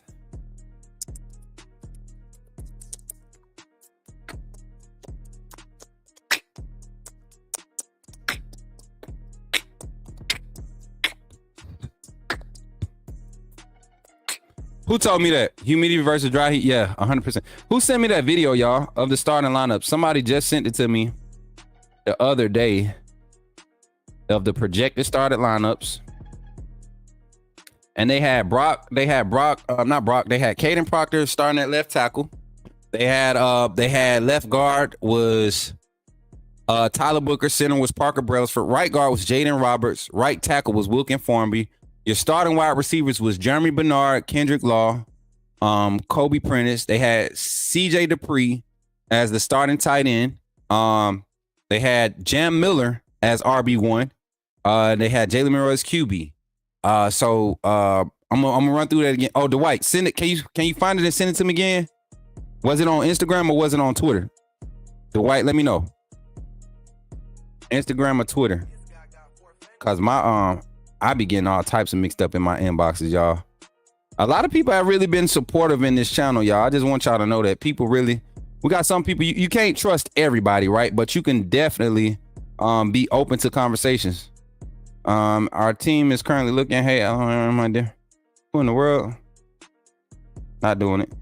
That's weird. Yeah, hey y'all, it's somebody from the previous channel that used to act like they was down, and they're not really down. So be careful. Twitter has been cracky. What's oh, Cynthia, you know what? I know what you're talking about. We're not gonna get on that this morning. But hey, Dwight, if you don't mind, just send that to my Instagram, and I'm gonna pull it up here. But looking at that lineup, guys, 3-3-4, don't start. I told y'all we're gonna be good. It's Friday. We're gonna wait till tonight to act up. Roll Tyrell, today is his last day of high school, graduating on Wednesday. He flies out on Saturday. We coming. Ebony, are y'all flying to, and well, text me. Give me y'all rundown, because that would be awesome. I would love to link up. You know how we do. We family. You know how we do. Love to link up, talk to my young boy, hang out. You know what I'm saying? Enjoy him before he get all the way locked in and ready to grind for this upcoming fall season. I really think fall camp. And now I'm not just basing this off of the past, but I'm looking at how Coach Kalen DeBoer and his staff are kind of structuring their practices, their movement, how they're using guys, how they're having these conversations with guys about playing time. And I honestly think that this year we will see a team where the special teams is going to be very young, and they're going to be very driven to try and make a name for themselves with all the opportunities that will be out there, right? So now these not new glasses. They just clean today. They are definitely clean. I can see. We just got a phone call in. I'm at 205. I'm going to put you on hold for a second while we finish this little segment, but stay on the line and I'll get right to you. Give me 2 seconds. But so, Davin, these glasses just clean today. I actually put them under some water. If y'all really want to clean your glasses, put them under some hot water and get you a nice little like this type of cloth. This either that microfiber cloth or some cotton polyester, right? And you real lightly just circular motion. You know what I'm saying? Nice firm circular motion. Don't squeeze too hard. Just a nice little circular motion. Just kind of with your hands like this. Do that with your hands. You know what I'm saying? On both sides of the lenses. So you can get that glare off of them. And then you can see. Because I'm like my grandmama. I used to have like my glasses. I could see with the chicken grease and flour all over my eyes. It'd be perfect vision for me. Now that they're clean, I feel like I see too good. So if my eyes is buck, it's because I'm like, dang, it's clear out this mug when I got clean glasses. You know what I'm saying? So yeah, they not new, but yeah, let's talk fall camp. Let's talk fall camp preview. I got 205 on the line. 205. What's up? You on the line with Coach Smook. What's your name and where you calling from? What's up, Coach Smook? This is Davin from Birmingham. What's up, Davin? I just seen your comment. I should have known that was you calling in. I knew you was ready to break down this roster. This is something that I'm starting to feel like you got some expertise in this and evaluating talent on the roster talent. And I can't wait to dive into this conversation. So fall camp preview, man. Talk to me. What you feeling, man? What's I just went over the offensive lineup that's been projected. And let me run through it real quick. Left tackle, Caden Proctor. Left guard, we got Tyler Booker. Center, Parker Brailsford. Right guard, Jaden Roberts. Right tackle, Wilkin Formby. Tight end, CJ Dupree. Wide receiver there, slotting Jeremy Bernard over there. You got the slot. They have it was Kobe Prentice. And then you had Kendrick Law at the Z. And then the running back, you had Jam Miller. Quarterback, you had Jalen Miro. What do you think about that first offensive, that first lineup that was projected? And I want to say On 3 did that, Dwight, if you send it to me, I'll be able to pull it up and make it official. But I want to say On 3 projected that. But what's your feelings around that, man? Yeah, I like it personally. Mm-hmm. I'm gonna tell you, I'm definitely on the lookout, and I'm just one of those guys, man. I really hold Ryan Williams to a high regard. Mm-hmm. I look at him. I look at him like people look at Jeremiah Smith at Ohio State. Do I think Ryan is going to have an adjustment period? Yes. But I feel like Ryan Williams is talented enough. I definitely feel like he's going to carve himself out a role. I wouldn't be shocked if we see Ryan Williams on the field carving out a nice role against Western Kentucky. But I like the overall offensive lineup right now. We're deep at receiver, and I don't think a lot of people really realize that. And then the thing I'm most excited about, not just the weapons that we have, but Coach KD. I think we're really going to see our weapons being used to the highest potential like they were under Sark. And I don't think we've gotten that the last few years with Tommy Rees and with Bill O'Brien. I just don't think our weapons were used properly. 100%, man. And that was one of the things I was watching some film on the Alabama offense and what it could possibly be under Kalen DeBoer. I watched Jordan Palmer's video that I shared yesterday. And I watched it again, but I also watched some plays from last year. And I keep alluding to this point. Tommy Rees would call good plays. He just didn't utilize personnel. He didn't put guys in position to make them plays be executed. And when he did, you saw the type of potential he showed. You saw the type of energy that it brought. And I honestly believe that Tommy Rees will be that guy. I mean, not Tommy Rees, but Nick Sheridan and Kalen DeBoer will be those guys that they want every play to be a mismatch play. They want to find the mismatch, especially in the pass game. They want to go mismatch ball all game. And the moment they find the mismatch, they will not be shy about attacking it with multiple personnel. Because a lot of people, they'll just do matchups like one-on-one. You know, if we can get this guy aligned with him. But Kalen DeBoer, Jamarcus Shepard, Nick Sheridan, in his passing game, they want to structure it to where if a position lines up against this lineup, you know, if the slot gets this alignment, no matter who's out there, if the slot gets this alignment, this is our matchup. We want to take advantage of. Shout out to Greg McKinney for pulling up, man. All the people pulling up here on the show, man. We're in the second half of our morning show. Got Davin on the line. He was talking about how deep the wide receivers is. I'm kind of expounding on it.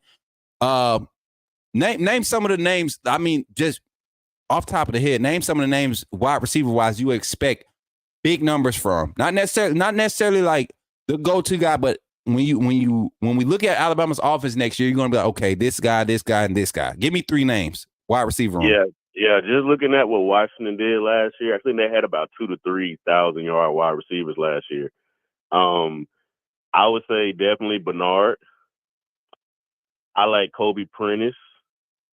And I would say your top three wide receivers, to round that one out, I would go Kendrick Law. I mean, dude's just shifty. He has so many different ways that he could be used. I definitely see Coach DeBoer and Coach Sheridan just using him in all type of ways. So I can see both of them, all three of them being the most productive wide receivers. But I think you can see somebody like a Ryan Williams or even possibly like a Caleb Odom since he's been here since January. I can see either one of them like carving out a nice role. I can see possibly Ryan Williams being in that role that Jeremy Bernard was in last year. He was that fourth wide receiver at Washington last year, but he still put up really good numbers being in that fourth wide receiver role. So I could possibly see like a Ryan Williams or a Caleb Odom carving out a role like that, especially Caleb Odom, because I know Coach KD, he really likes those bigger wide receivers. Right. So with Odom being 6'5", even though he's a true freshman, with him coming in early, I could really see him carving out a nice role for those 50-50 balls, which really, being honest, we haven't really seen in Bama's offense, because Bama's offense, we normally would get those receivers in like that 5'11" to 6'1" range who was shifty. We never really had that big wide receiver that was a productive receiver on us. Is probably, I mean, just being real, Julio Jones. I mean, he probably was the last true big wide receiver in our offense who was really productive. The rest of our guys were 6'1" and under, a little bit smaller. They were shiftier. They could beat you over the top. They could beat you underneath just with being shifty. But I think we're going to see a little bit of a difference with Caleb Odom this year. So check this out. I pulled up the wide receiver stats from last year, and I'm going to kind of read them off to you while we look at them. Let me go big screen here, zoom in a little bit more. So numbers just receptions-wise, and this is something that I like to target because I feel like our yards after catch and things of that nature will be a lot different with the type of wide receivers that we possess. But if you look at Washington's roster from last year, they weren't deep with talent at wide receiver, but they found a way to get guys active. I'm going to rearrange this list right here, this reception list. You had your top receiver, Rome Odunze, the big receiver. And this is why I'm going to go different about my three that I think will be the impact wide receivers of this group. Number one, I believe it'll be Kobe Prentice. I feel like Kobe Prentice will be the go-to guy in this offense for Jalen Milroe. He's going to be the guy that's usually lined up closer to the line of scrimmage. And we saw in the spring game, in this pass concept, Coach DeBoer wants Jalen Milroe's eyes in the middle of the field in his first two steps on that drop back. Any three step, the timing drops, he wants his eyes in the middle of the field. And majority of those looks are going to be Prentice to the second read. I guarantee you, or tight end to the second read. I guarantee you, especially early in the game. And for that reason, you got guys that can break open like CJ Dupree and Kobe Prentice. I think Kobe Prentice will be number one. I think number two, you'll have Jeremy Bernard, and number three, I'm going with Caleb Odom at number three. And I'm telling you this because you look at if Jeremy Bernard is going to be your starting X receiver, he's not the biggest, right? He's not the big guy in the group, but he kind of resembles that size of Rome Odunze, a little bit bigger than Kendrick Law, a little bit taller and a little bit longer. But he has that X receiver ability. Go up and get it. Go look at the spring game. He's not scared to go up and get it. He doesn't mind putting his body on the line. And I think because of that, that will keep him and Caleb Odom kind of splitting those reps in those 50-50 balls that Coach Kalen DeBoer loves to put people's in put you in that situation. He's going to throw the 50-50 ball. Roman Dunze, I can't tell you how many times he was in one-on-ones because of the alignment, the shifts of the offense, the pre-snap movement. And Coach Kalen DeBoer is a very, very high believer in taking advantage of those X versus the one. I'm telling you, I guarantee you, Caleb Odom is going to eat, but Jeremy Bernard has an innate ability to get open and attack the ball in the air. Kendrick Law, I think he falls right outside those numbers. I'm looking at these numbers right now. I think Kendrick Law, because of the type of talent we have in the wide receiver room, I don't think we have a wide receiver that's going to have 90 receptions. I think Max will have somebody with 55. But they'll have 900 plus receiving yards because of the way the offense is designed. You look at the total yards for passing last year. For all the receptions gained, 5,155 for Washington last year on 376 receptions.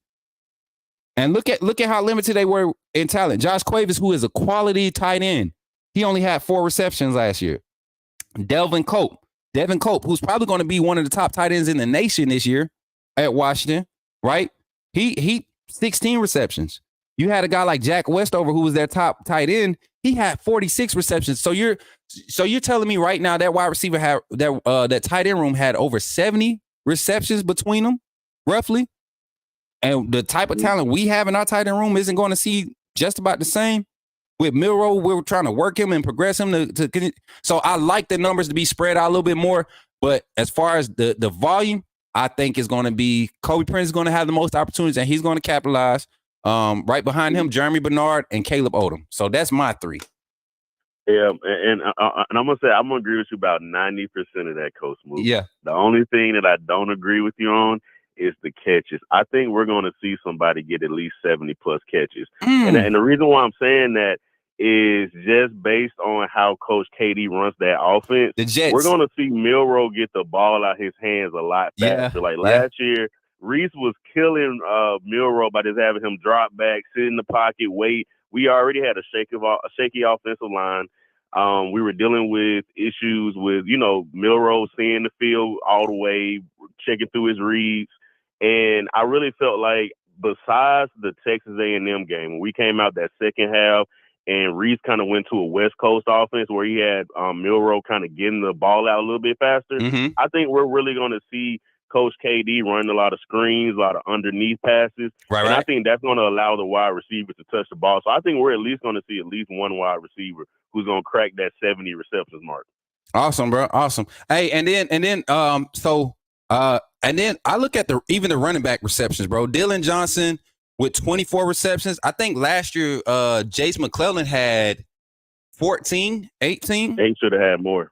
Yeah, he should have had plenty more. Him and Roydell. It was plays where Miro, they knew he went on second and 12s and second behind the sticks. It was so many opportunities for Miro to kind of just drop back middle of the field sight and then dump off and give your running back that momentum before he gets out and standing there, extend at the full extent of his route on the sideline. Then he got to generate that speed to get back, or that momentum to get back upfield. You dump it off early while he's already in that bubble motion, leaning towards the front, towards upfield, and get them moving one-on-one against a corner or a safety or a linebacker trying to get out in that space to cover him. You're going to see a lot more success. So I'm right there with you, man. I'm right there with you. Let's move to the defensive side. And I got the lineup for the defense. I think. Hold up. Let me go check. I think Antoine just sent it to me. But Antoine also had a good statement that I want to acknowledge real quick. He said, "Can we have 4 guys with 50 plus catches?"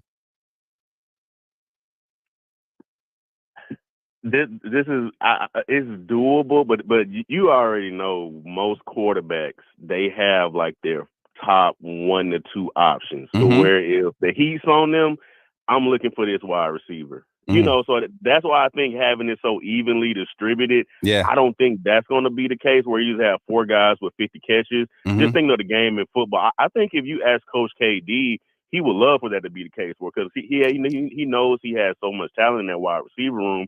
But when you're out on the field and you got a big SEC linebacker drawing down on you, and you're like, okay, who's out there? I got Bernard, I got Prentice. I know those dudes are like sure-handed. That's why I think you're going to end up with situations where those guys can end up with more catches than the other guys.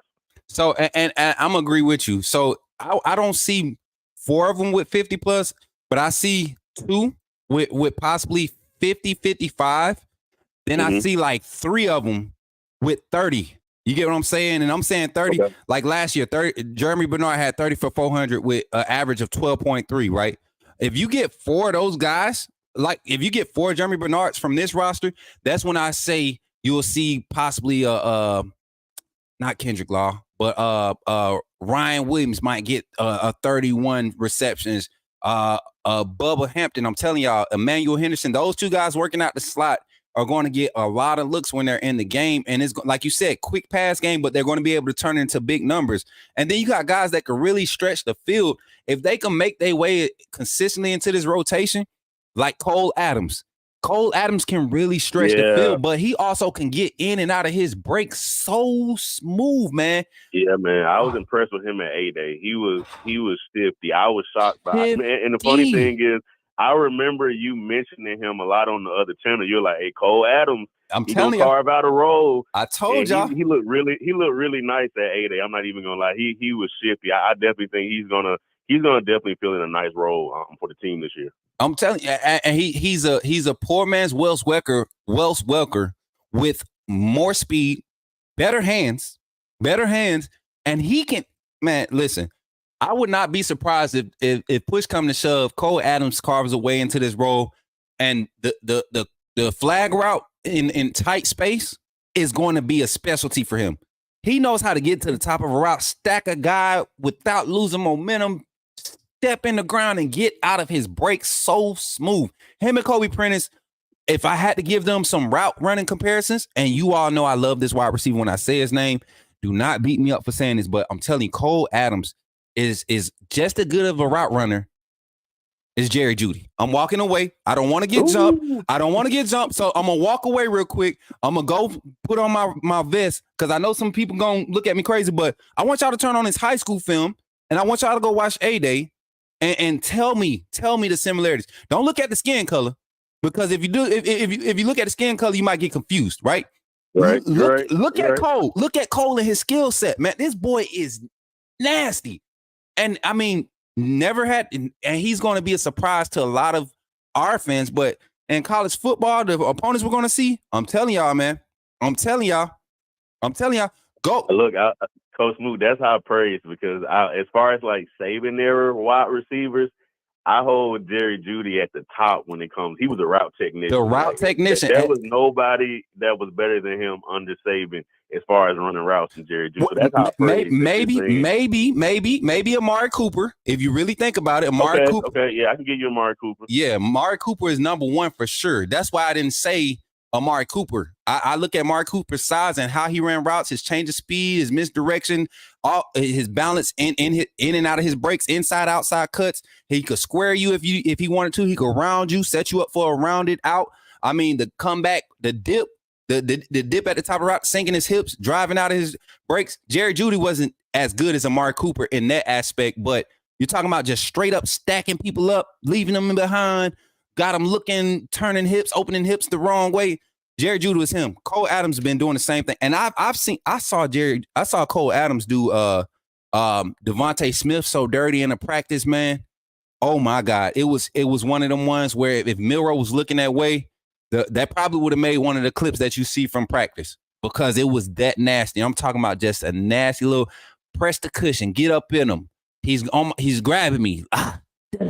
Drop them hips. Don't just try to use my arms to push off. Drop them hips. Chop my arms so I could chop them high too. Get out of that break. Drive out. Attack the ball. And he played it like the ball was coming his way too. If it would have, man, I'm telling you, it was one of them. And that's when I was like, man, this dude is consistent at his route running. So I'm telling y'all, watch out for Cole Adams. I'm telling y'all, I don't miss very often when I get on these guys like this. I'm telling you, watch for Cole Adams. He's going to be in that group. Tight ends, man, we kind of touched on it again, and I'm going to carry this conversation a little bit longer than the usual phone calls because it's real good right now. Tight ends, Danny Lewis, I'm going to go in order based off of the way they pushed it. CJ Dupree, Robbie Oops, Danny Lewis, and Josh Cuevas. That's the way it's lined up on most rosters as far as depth, but we all know that the Y and the H are two different positions, so if I had to go Y, I'm thinking CJ Dupree, Danny Lewis, 1 and 2, H, Robbie Oots, and Josh Cuevas. How's your feels with this tight end room and how they can add to both the run game? Well, let's just talk pass game. Since we talking wide receivers, let's just talk pass game. How do you feel like this tight end room, that those numbers are going to look when contributing to the pass game? Yeah, I think Coach KD is really going to start using the tight end room. Unlike we really haven't used the tight end room since we about had Tua when we had Irv Smith Jr. That was the last time I remember a tight end being heavily prevalent in our in our receiving core. I mean, yeah, we had Amari Knoblack last year. I don't feel like he was properly used. We've had some good tight ends come through, but just because we were dealing with Bill O'Brien and Tommy Reese, I don't feel like we really had those guys properly used the way they should have been used. I think Josh Cuevas, I really think he's going to sneak up on a lot of people. I think Dupree is going to be the top guy in that room. Just based on seniority, based on his experience, his production over the last. Because if you go back and really watch CJ Dupree's Maryland film, he has some moves. He's a talented tight end. Reese really, for whatever reason, whether it was Saban not really, allowing him to really use his true offense, because Reese liked to use the tight end in Notre Dame. Oh, talk about that at Bama. Davin, not to cut you off, but talk about that, because that was something that I highlighted in preseason last year, getting Tommy Reese. I was like, well, Milroe's not as strong of reading the defense. We saw that the year before when he had to go against A&M. We seen that he wasn't comfortable dropping back and reading defenses. And my fix to that is, hey, get him spots, big targets and easy spots. And usually that's your tight end, running backs, and your slot receiver. You get big numbers and small spots. You put a big body in a small spot, it's hard to miss him. Put your tight end in the middle of the field where the quarterback is looking at it already and key him. Let your reads build off of that. And we didn't see much of that from Reese. So, I mean, speak on that a little bit more, man. Tommy Reese's his philosophy for tight ends and what you expect from Kalen DeBoer. Yeah, Reese was. I remember when we hired him last year, I went and watched Notre Dame's offense under him, and the tight ends were like, he would have 2-3 tight end sets out there. Like, he used the tight ends how most people use wide receivers. Mm-hmm. And I was like, oh man, CJ Dupree. I was like, Amari Knoblack. I was like, those dudes are gonna eat this year, and it never really happened. I think a part of it was, Coach Saban wanted Reese to more so adapt to Alabama's offense, and Alabama adapts to Reese offense. Mm-hmm. And I think a part of it too was just the progression of Jalen Milroe, because there were some times where Knoblack would be open and Milroe would miss him. Or the tight end would be open and Milroe may not see him because he's locked on the wide receiver. I think with Milroe's progression this year, I really think, and in the way Coach KD really uses his tight ends, I really think we're going to start to see a CJ Dupree, a Josh Cuevas. I really like Danny Lewis. I hope he can really carve himself out some type of role this year. I really think we're going to start to see the tight end become a bigger part of the passing game this year under Coach KD. Listen, I'm right there with you, man. And before I let you go, the reason why I believe this offense last year struggled so much with hitting the tight end, it wasn't that Miro didn't see the tight ends. I think he was just told so much from his staff, your deep ball is your best ball. Now he believes that. He believes that. So it was times where, them 12 them routes where he's going third phase, he shouldn't have been looking that way. It was one play against Georgia. And if I had to pick a play that pushed Knee Black out the door, it's this one. He's rolling out right. Knee Black has nothing but space in front of him. The corner is turned around because Jermaine Burton got this dude all types of mixed up in the back of the end zone. It's the one where Miro rolls out and he kind of overthrows it, and Burton still caught it, but he was out of bounds. I don't know. Oh no, that was Isaiah Bonds. Caught it. He threw it to the sideline, the sideline in the end zone. And that's when the announcer was like, "Oh, watch out down there!" Isaiah Bonds and the DB ended up going out of bounds. Bonds caught it out of bounds. If you look underneath that, Knee Black is probably 12 yards under Bonds. Wide open. Yes, I saw that clip. And so it's small clips like that where I believe those small things are being talked about in the film room, and we'll get it. We'll get it. I think we will. I think Milroe is a lot more confidence in his offensive scheme. He understands it. So, but yeah, my boy Keith T is in the chat. Appreciate you for pulling up, Keith, man. Listen, haven't seen your name in here, but you make some good points. He said if Milroe can make the pre-snap reads and hit the open receiver quickly, that deep ball going to be open way more this year, 100%. And people keep saying if Milroe can make, he can. There was times last year he made the pre-snap checks. He made the pre-snap reads. I think now, because there's a level of great confidence and understanding in why he's doing it, not what he's doing, but why he's doing it. To me, that's how you get a quarterback to buy in and really trust the process. Why am I doing this, coach? Well, if you check this first, if you get this alignment and check this first, it's going to open this up. If you get this alignment and they switch out of post snap, you got this. You get what I'm saying? So you have to have that innate ability, that depth of knowledge of what you're getting pre-snap look, and what can form out of that. And I feel like he has a great idea of what that is with all the experience he got last year. Miro's faced 3 top 20 defenses last year. That's 3 more than what Georgia faced last year. You get what I'm saying? They didn't face any top 20 defenses last year. So I just want people to put that in perspective. But Davin, as always, man, look, we're going to have to just create a segment for, when Davin call in. Him, my brother, Brody. It's a few of y'all when y'all call in and we talk football, man. It gets real spicy. It gets real good. So definitely going to have you calling in a lot more, brother. You got anything you want to say to the people before I let you go? Yeah, man. Y'all have a great weekend. Happy birthday to the OG Gil Cruz. Happy early birthday to you, Coach Smook. Man, I hope y'all enjoy y'all weekends, man, and enjoy y'all families. Look, already, man. I appreciate the love, man. And listen, don't forget to tap in Sunday because it's going to be a vibe. And I'm telling y'all, we're going to have some fun. And as always, Davin, appreciate you calling in. Appreciate your support, man. Continue to do what you do, man. It's greatly appreciated. I'm happy you're here, bro. And let's keep rolling, man. Let's keep growing. All right, man. Roll Tide. Roll Tide, my boy. All right, y'all. So it is here. I didn't want to do it live. It's only 1 minute and 56 seconds. So we're going to try it. I'm going to try it. All right, Marquito, I'm going to try it. If they block us, I'm coming for their head. We is not playing. EA, we ain't trying to make no money off y'all. We just want our people to see what y'all doing for the community because y'all reviving the life of us and the gamers of this college football nation, this college football family. Y'all reviving us. So check this out. Reaction to the reveal of NCAA 2024. Dropping the beat down. I think I need to keep the music on just a little bit. Can I play the music? Let me see. Y'all think we're gonna get copyright? Let's see.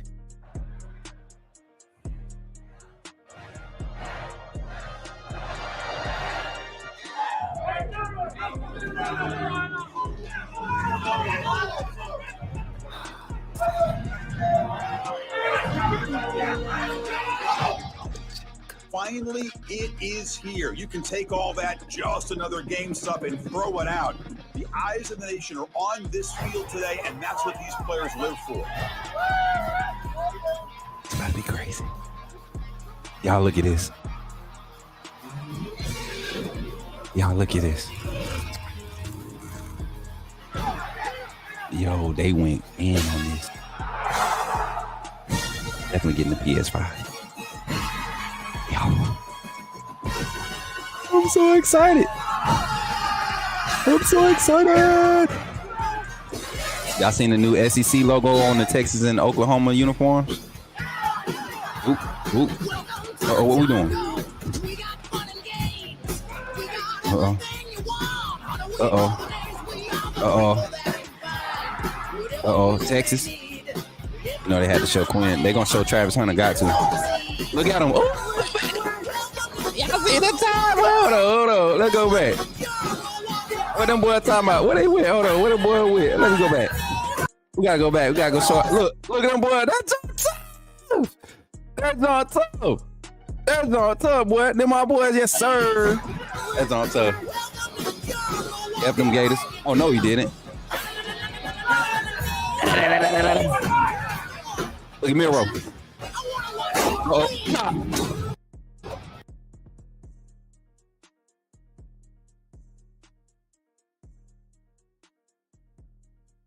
y'all see the disrespect? Y'all see the disrespect? Miro, I hope you watch that. I hope Jalen Miro see that. I really do. That's the last clip. Stop playing. That can't be the last clip. We got to go back. We got to... Of all teams, the disrespect.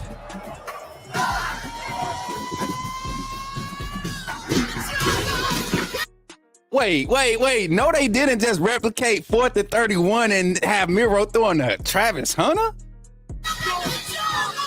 That's so, man, they so dirty for that.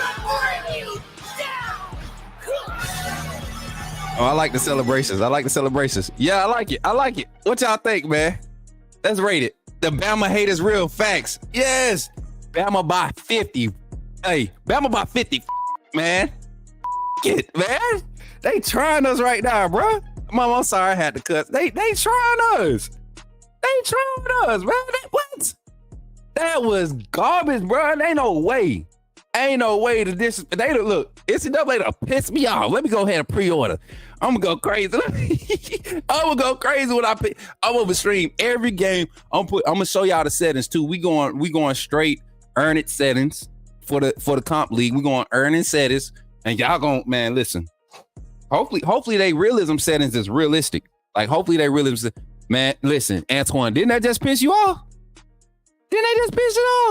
Come on, man. Not the 4th and what? Come on. They just straight up disrespecting us, man. NCAA, I'm coming for y'all head, bro. We getting the big guns out. We coming, y'all. We about to show these folks. They disrespecting my boy. And when Miro, Shalimar Branch is in the chat, Nick Saban should have been on the front of the game. You know what? They should have did it like 2K. They should have had like a gold series. Like they got the 3 different versions, but I think Saban definitely should have had one of those versions covers. I guarantee you, that thing would have went crazy. I don't care, Bama hate, whatever. Goofball said, no respect. Listen, that dunk got y'all hurt, man. Look, it got me pissed off too. I ain't gonna lie. That dunk got me hot. I'm ready to play the game right now. I might get off here and bump up, revamp, and have the new roster created, and I'm gonna run a 17-0 record on these fools, man. Oh Lord, they tried it. The Roll Tide Willie edition, boy, you stupid. Y'all, we have come to the end of our show, man. Once again, let's get these announcements out. We got a lot coming up. Tonight, we will be going live. It'll be more so of a family game night. I'm trying to decide if I should do it on YouTube and Twitter or just do it on Kick, Twitch, and Instagram. I think we can do it on Kick, Twitch, and Instagram. If you guys play games or like card games and stuff like that, please come into the Discord and give me some suggestions. I got a few games that we could play as a community. I want to do it live. I don't want to do like a segment where we talking football. I just want to do a community night.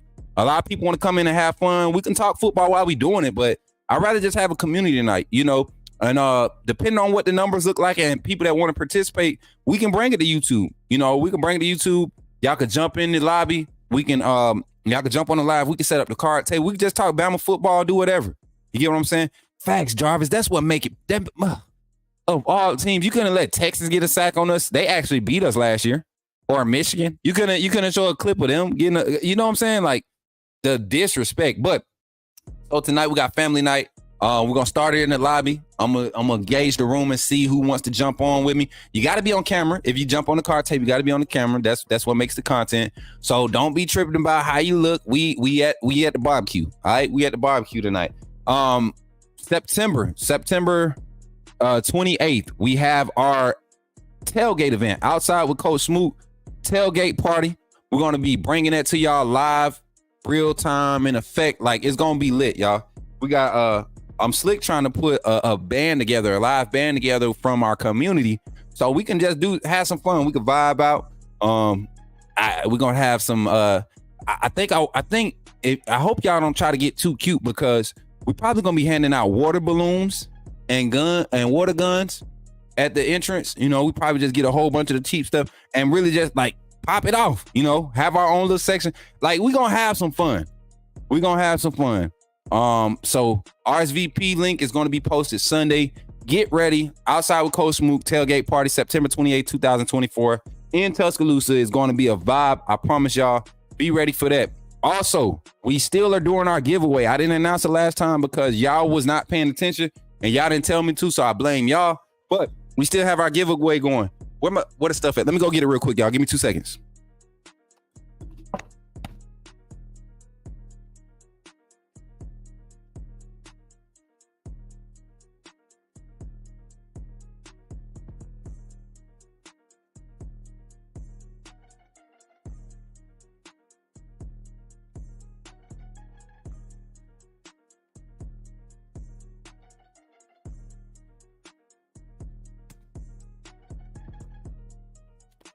We giving all this away. We're giving all this away right here. Hold on, let me put my headphones. We're gonna give y'all this stuff right here. I don't know why I just got tired, y'all. My legs, so I was out there trying to be young, play basketball again. Y'all know I ain't young no more. Trying to get that. Listen, you want I like Jarvis' comment. You gonna have a BF? You gonna write a letter? Dear Mr. EA Sports. Y'all remember that on White Chicks, bro? I watched that joke yesterday, y'all. That's crazy that you say you're gonna write a letter. I'm gonna write a letter. Y'all remember that joke? Oh man, you a fool, Jarvis. You a fool. Listen, first item up. This is gonna be the easy one. We're gonna do this one tonight. We're gonna do the sock giveaway tonight and the cup giveaway. We'll do the cup giveaway tonight. Did I say this Friday, Marquito? I said another Friday. I said it this Friday. Okay. So we got the cup tonight. We got the socks. We're gonna add the socks to it, right? And as a matter of fact, the socks will be a prize after somebody wins something, you know, one of those games we play tonight. But we're gonna do a drawing for this cup giveaway, man. We're gonna do a drawing for this cup giveaway, and I want y'all to take advantage of the ways to get in. All right. If you're not a AAA team member, right? And this cup is fire. I'm telling y'all. Look, that sliding top. This that one you could put the good stuff, the devil's juice in. and carry it around, you know what I'm saying? And it gonna stay cold all day. All day. You know what I'm saying? You don't even put no ice in this. You just put it in the cooler. You know what I'm saying? And you get you a little bit of devil juice, something that you can handle, right? A little something, or some water, or some Gatorade, or some Light for some of you that need to stay hydrated like that. But you put it in this cup, and you just put this in the cooler, and it's gonna keep it cold. All right. So we doing that giveaway tonight, right? For the cup, the drawing. Then we got the sleeper set. We're gonna call this the sleeper set, the Coach Smook Network sleeper set. You can get a fleece throw blanket. You can win this tonight. And if you win this blanket, you can also win a custom Alabama pillow. I was about to say t-shirt. You can get you a custom Alabama pillar, all right? These things are nice and firm. I've been sleeping on mine for about 3 months now, and this thing still keeps me comfy, especially when I'm traveling, all right? And then last but not least, we're still working on like I said, I'm not opening this until it's time to get the first signature on it. Y'all, I think we need to start this agenda July 1st. We need to dedicate the month of July to Coach Smook getting out and getting these doggone autographs. So we'll poll the community and we'll start looking for names. I think we already got one. My bro Chris Owens said he'll sign it, which is cool to have a most recent. Like, I'm just looking for former Alabama players, alumni. I don't care how good they were, whatever. We want this ball, because just think about this. This could be like a safe keep. Like, this is something you could pass on to your kids as Bama fans.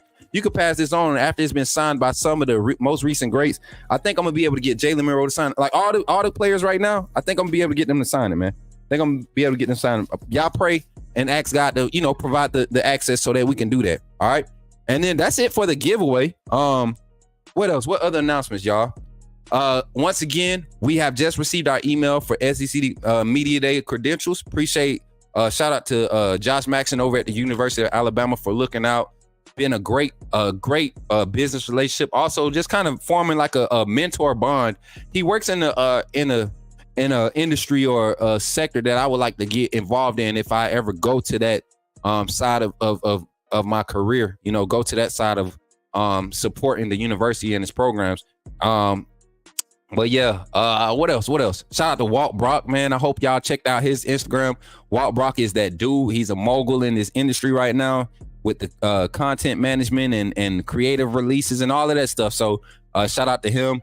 We got a lot of personalities showing up next week on the show, calling in. Some will be joining me on camera, but most of them will be calling in. And we'll get this thing popping, man. We'll keep this thing popping. MJ, excuse me, got hiccups all of a sudden. MJ, appreciate you for pulling up, man. Dang, you kind of late. It's on devil juice if you drink too much. Yes, facts, Kareem. It's only devil juice if you drink too much of it. There's nothing wrong with having a little sip. You get what I'm saying? Hey, what's good? Good morning, my boy. Good morning, my boy, MJ Courier. Appreciate you for showing up, man. Appreciate you for showing up and appreciate the love and the support for real. And yes, power couples. I'm gonna be hanging with them Sunday. Y'all might see them on live with us Sunday. Y'all know me and KT. We're gonna be out here doing something. We're gonna be out here doing something to celebrate year number 34 for your boy. Hopefully Moon Rocker and everybody else in Atlanta can link up too. And if y'all want to drive from Birmingham, all my folks in Birmingham, Huntsville, the Gump, you know what I'm saying? If y'all want to pull up over here, pull up. All these folks within an hour and a half of the not UGA, of Atlanta. I always say UGA because that little clip pissed me off. It pissed me the off, man. I'm telling you. But no, I ain't cussing for real. Y'all just like using the beep thing. I love it. But you running this Amazon delivery route, so I guess better late than never. Ooh, hey, bring me a couple packages for my birthday. I don't even care what it is. Just drop a few off. I'm gonna send you that Addy. Just drop a few off. If you got a PS5 in one of them, just say you got jacked. You don't know nothing. You just got jacked. I just got jacked. What up, Jay Jackson in the chat? What's up, man? What's the Gump, Ebony? The Gump is Montgomery, Alabama. That's what folks from Alabama. See, we got, and when Ebony come in town, y'all, we got to get her hit. We got to take it to Red Clay. You know what I'm saying? We got to take it to the Red Clay, right? We got to get over to Talladega, to the racetrack. We got to take it to the drive strip, down where I'm from. We got to take it up north, up down Florence. We got to take it to the Ham, you know what I'm saying? To Magic City. You know what I'm saying? We got to go to the Ville. We got to go to LA. You know what I'm saying? We got to take Ebony everywhere. We got to get her acquainted. We got to see, she trying to lose that weight. But when she get this Alabama tour, it ain't happening. Oh, snap. Zach, yeah, your boy some birthday. I need y'all remember when you used to have the pen? And you used to put the pen on your shirt with your birthday money? Shout out to Zach for the $4.99 super chat. He said, for your birthday, listen, y'all really want to show your boy some love? Sunday. Show up. Bring your pockets. Because everything that's contributed on that day, I'm doing a fundraiser. And I have two fundraising corporations that I usually I donate to. One is awareness for horrendicitis. I have a longtime high school classmate. She deals with it. It's a skin diagnosis where, you know, you have breakouts and you have permanent marks, and it hurts, like your skin burns. If you don't know what horrendicitis is, I could put the information out there on my Twitter and all that stuff. But we support the study and the research of that. But we also are steady supporters. We missed it last month, but I still did my own monetary contribution out of my own name. But I would love for Coach Smook Network, AAA fam, to be contributors to the Autism Awareness Foundation. I love to support that foundation. My clubs that I've been in, every club that I've been in on the set, like, we support autism. That's something that's close to me. I have a few family members who have been diagnosed with autism, that have been diagnosed as autistic. So I know what that type of life, to care for somebody and kind of help them through their life development in life. I know what that looks like. So I'm a very adamant supporter in that. And I really come to just want to just do something good for with the brand. And if that's what it's going to be in this stage, I would love for y'all to be a part of. So I appreciate y'all for seeing that and wanting to support that. But definitely. Oh, Marquita, really? You mind if I? So I just found out. Marquita just told me her daughter was diagnosed with autism too. So I didn't even know that. So I'm glad to know that I'm supporting a family member. Didn't even know I was supporting another family member. It's awesome. So tell the beautiful baby she got some support around here. And anytime she want to hang out with Coach Smook, it's up. You know what I'm saying? I tell you, I know how to get through to him. I don't know if it was a gift from God or whatever, but I've always had an innate ability to connect with people who have been diagnosed with mental retardation, autism, what else? All the ADHD, all that stuff. I've always had an innate ability to connect with these people and relate to them. Not necessarily I know what they're going through, but just to be comfort to them. And that's all they need. A lot of times, 90% of the time, is just comfort. People who can be patient with them. And I think of all the people I deal with in my life, the ones that they diagnose with the problems, them the ones I'm able to relate to and be more patient with. So I'm grateful that God has graced us to be in this position. And I'm also grateful that I have family members who aren't scared to share that. So shout out Marquita. What's your daughter's name, Marquita? Put it in the chat so I can tell everybody her pretty stuff. That's her. Look, she her mama twin too, y'all. I'm telling y'all, she is her mama twin. Avery. Shout out to Avery. We are supporting Avery. As a matter of fact, we're gonna talk about that. We'll talk about that. She might be the face of our autism awareness donation fund. Get Avery on camera. Show her a little personality. She got a personality like her mama too, y'all. Let her show a little personality. Give us a little spokesperson for the. You know what I'm saying? That's what we want to do, man. And it ain't about no charity case. We support this organization. Like I got the receipts. If you've been following me since I've been doing gaming content, I did one live stream one time for autism awareness in 2021. And Vontae, if you still in here, tell them about it. I think that stream we raised a little over $700, a little bit over $700 that was contributed during the stream, and I was able to match that from my own earnings. You know what I'm saying? So that was awesome to be able to contribute that much in 2022. That was the biggest. That was the largest contribution we've made since I've been doing content creation. So if $1,400 is the mark, I think we can do that this year. I think we could do something this year. And I know April is going past. We're now in the month of May, but you can there's never a time to there's never a time limit on support, right? There's never a time limit on support. So yeah, it was lit. You and your siblings have always been drawn to those who have been diagnosed or labeled differently. Facts, 100%, Dad. My sister used to get in trouble. As crazy as my sister is, and y'all, when y'all meet my sister in person, y'all just know. I just thank God that I didn't get all of that unfilteredness and that no capness that my sister possesses, because she possesses it. So when y'all meet her, don't take nothing she say personal. She really is that's the one of the family. That's the one. I used to go get my big sister to help me fight. You know what I'm saying? When folks used to call themselves trying to jump on me, don't let me make it home. I'm bringing my sister. I remember quick story time with Coach Smook. So Fort Leonard Wood, Missouri, 1998. Right? Coach Smook, little Coach Smook, and little K Valente, right? Coach Smook is down the street shooting ball. Whew. I'm in 3rd, 4th grade playing against some 6th and 7th graders, right? Me and my sister 6 years apart. So if I'm in 3rd grade, she's about to be a freshman in high school, 8th grade type stuff. So I'm down the street hooping. Gang, boom, we playing on an 8-foot goal. They can't stop my shot. Me and my boy Jeremy, he was a twin. We out there whooping up on Marcus and I think his name was Robert. I think it was Robert, Marcus and Robert. So I'm talking my trash. Boom, in your mouth. Boom, suck it. You know what I'm saying? That's when Generation X on wrestling, we used to do that. Y'all remember that? We used to do that. So I'm out there hitting. Pull up. All that. So we get there, we win. I'm talking trash. I'm about to go grab my ball. And I just get pushed like 20 feet. Big dude, he about 6 inches taller than me. You know what I'm saying? Come and push me. I'm in the 3rd grade. I turn around, swing on him. I get jumped. Boom. Roll over. Jeremy ain't help me. I said, I'm going to get my sister. Go get your sister. Run up the street. Get to the house. Zachary Woods says, as someone who is autistic, I appreciate you. Zach, I love you, brother. 100%.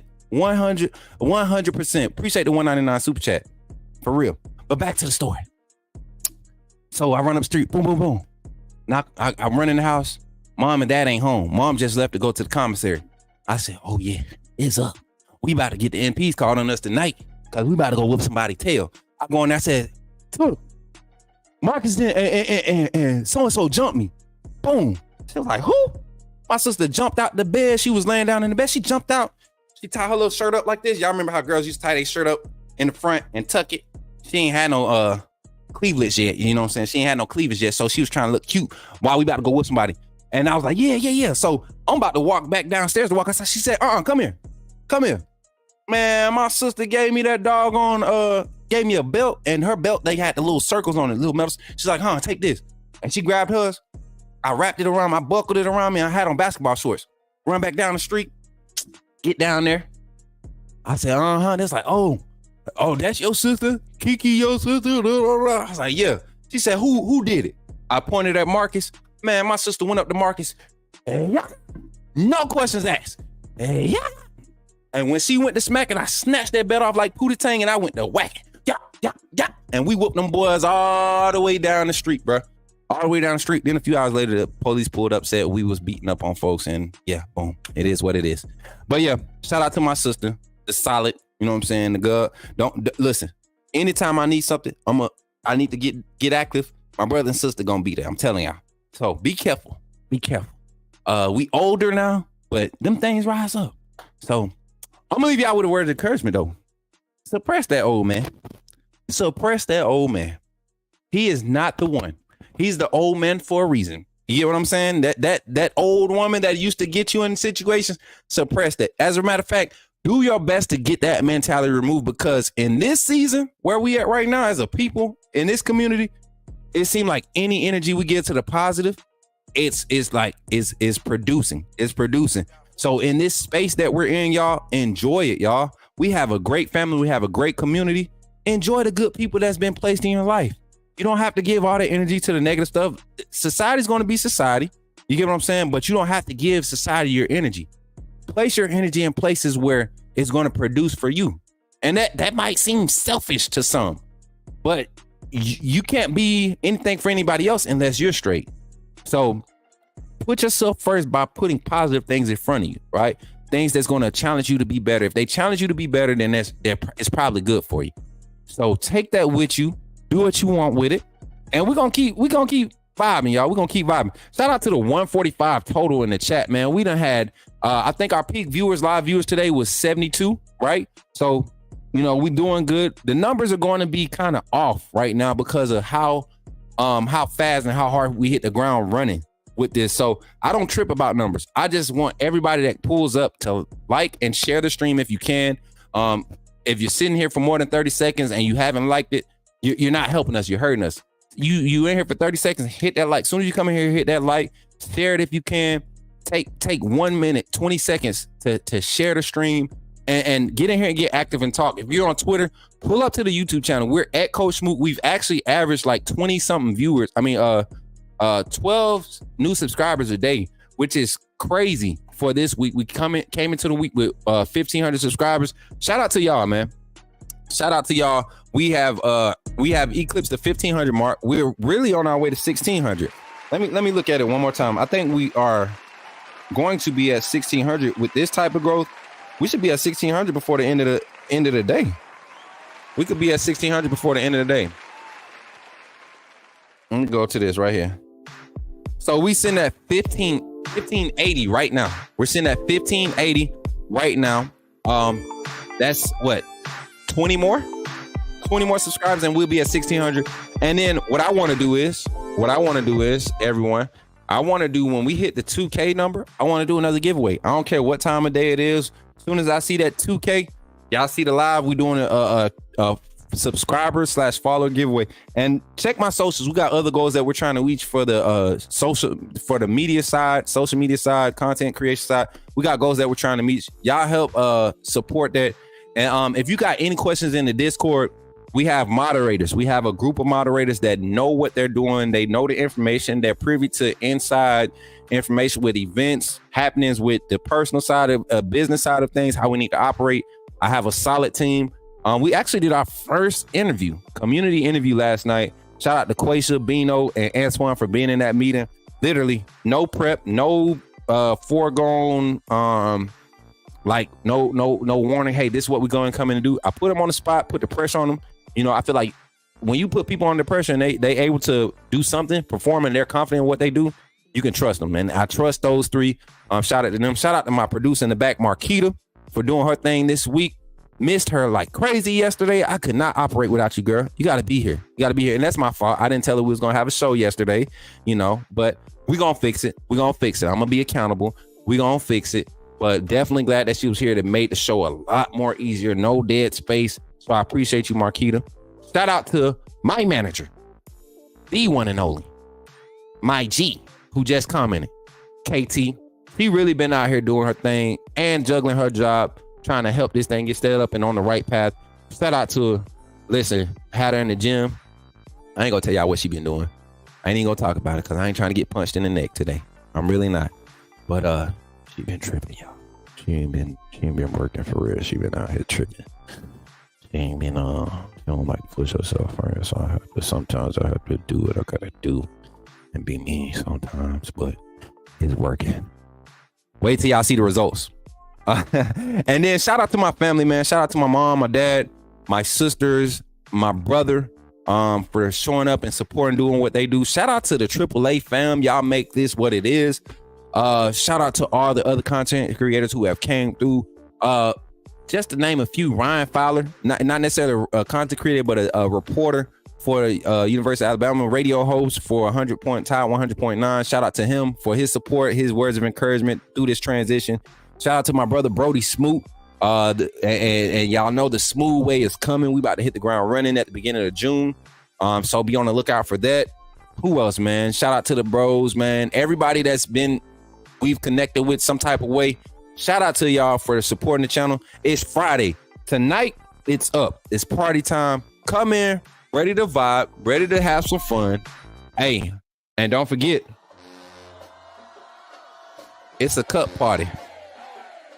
It's a cup party. It's a cup party.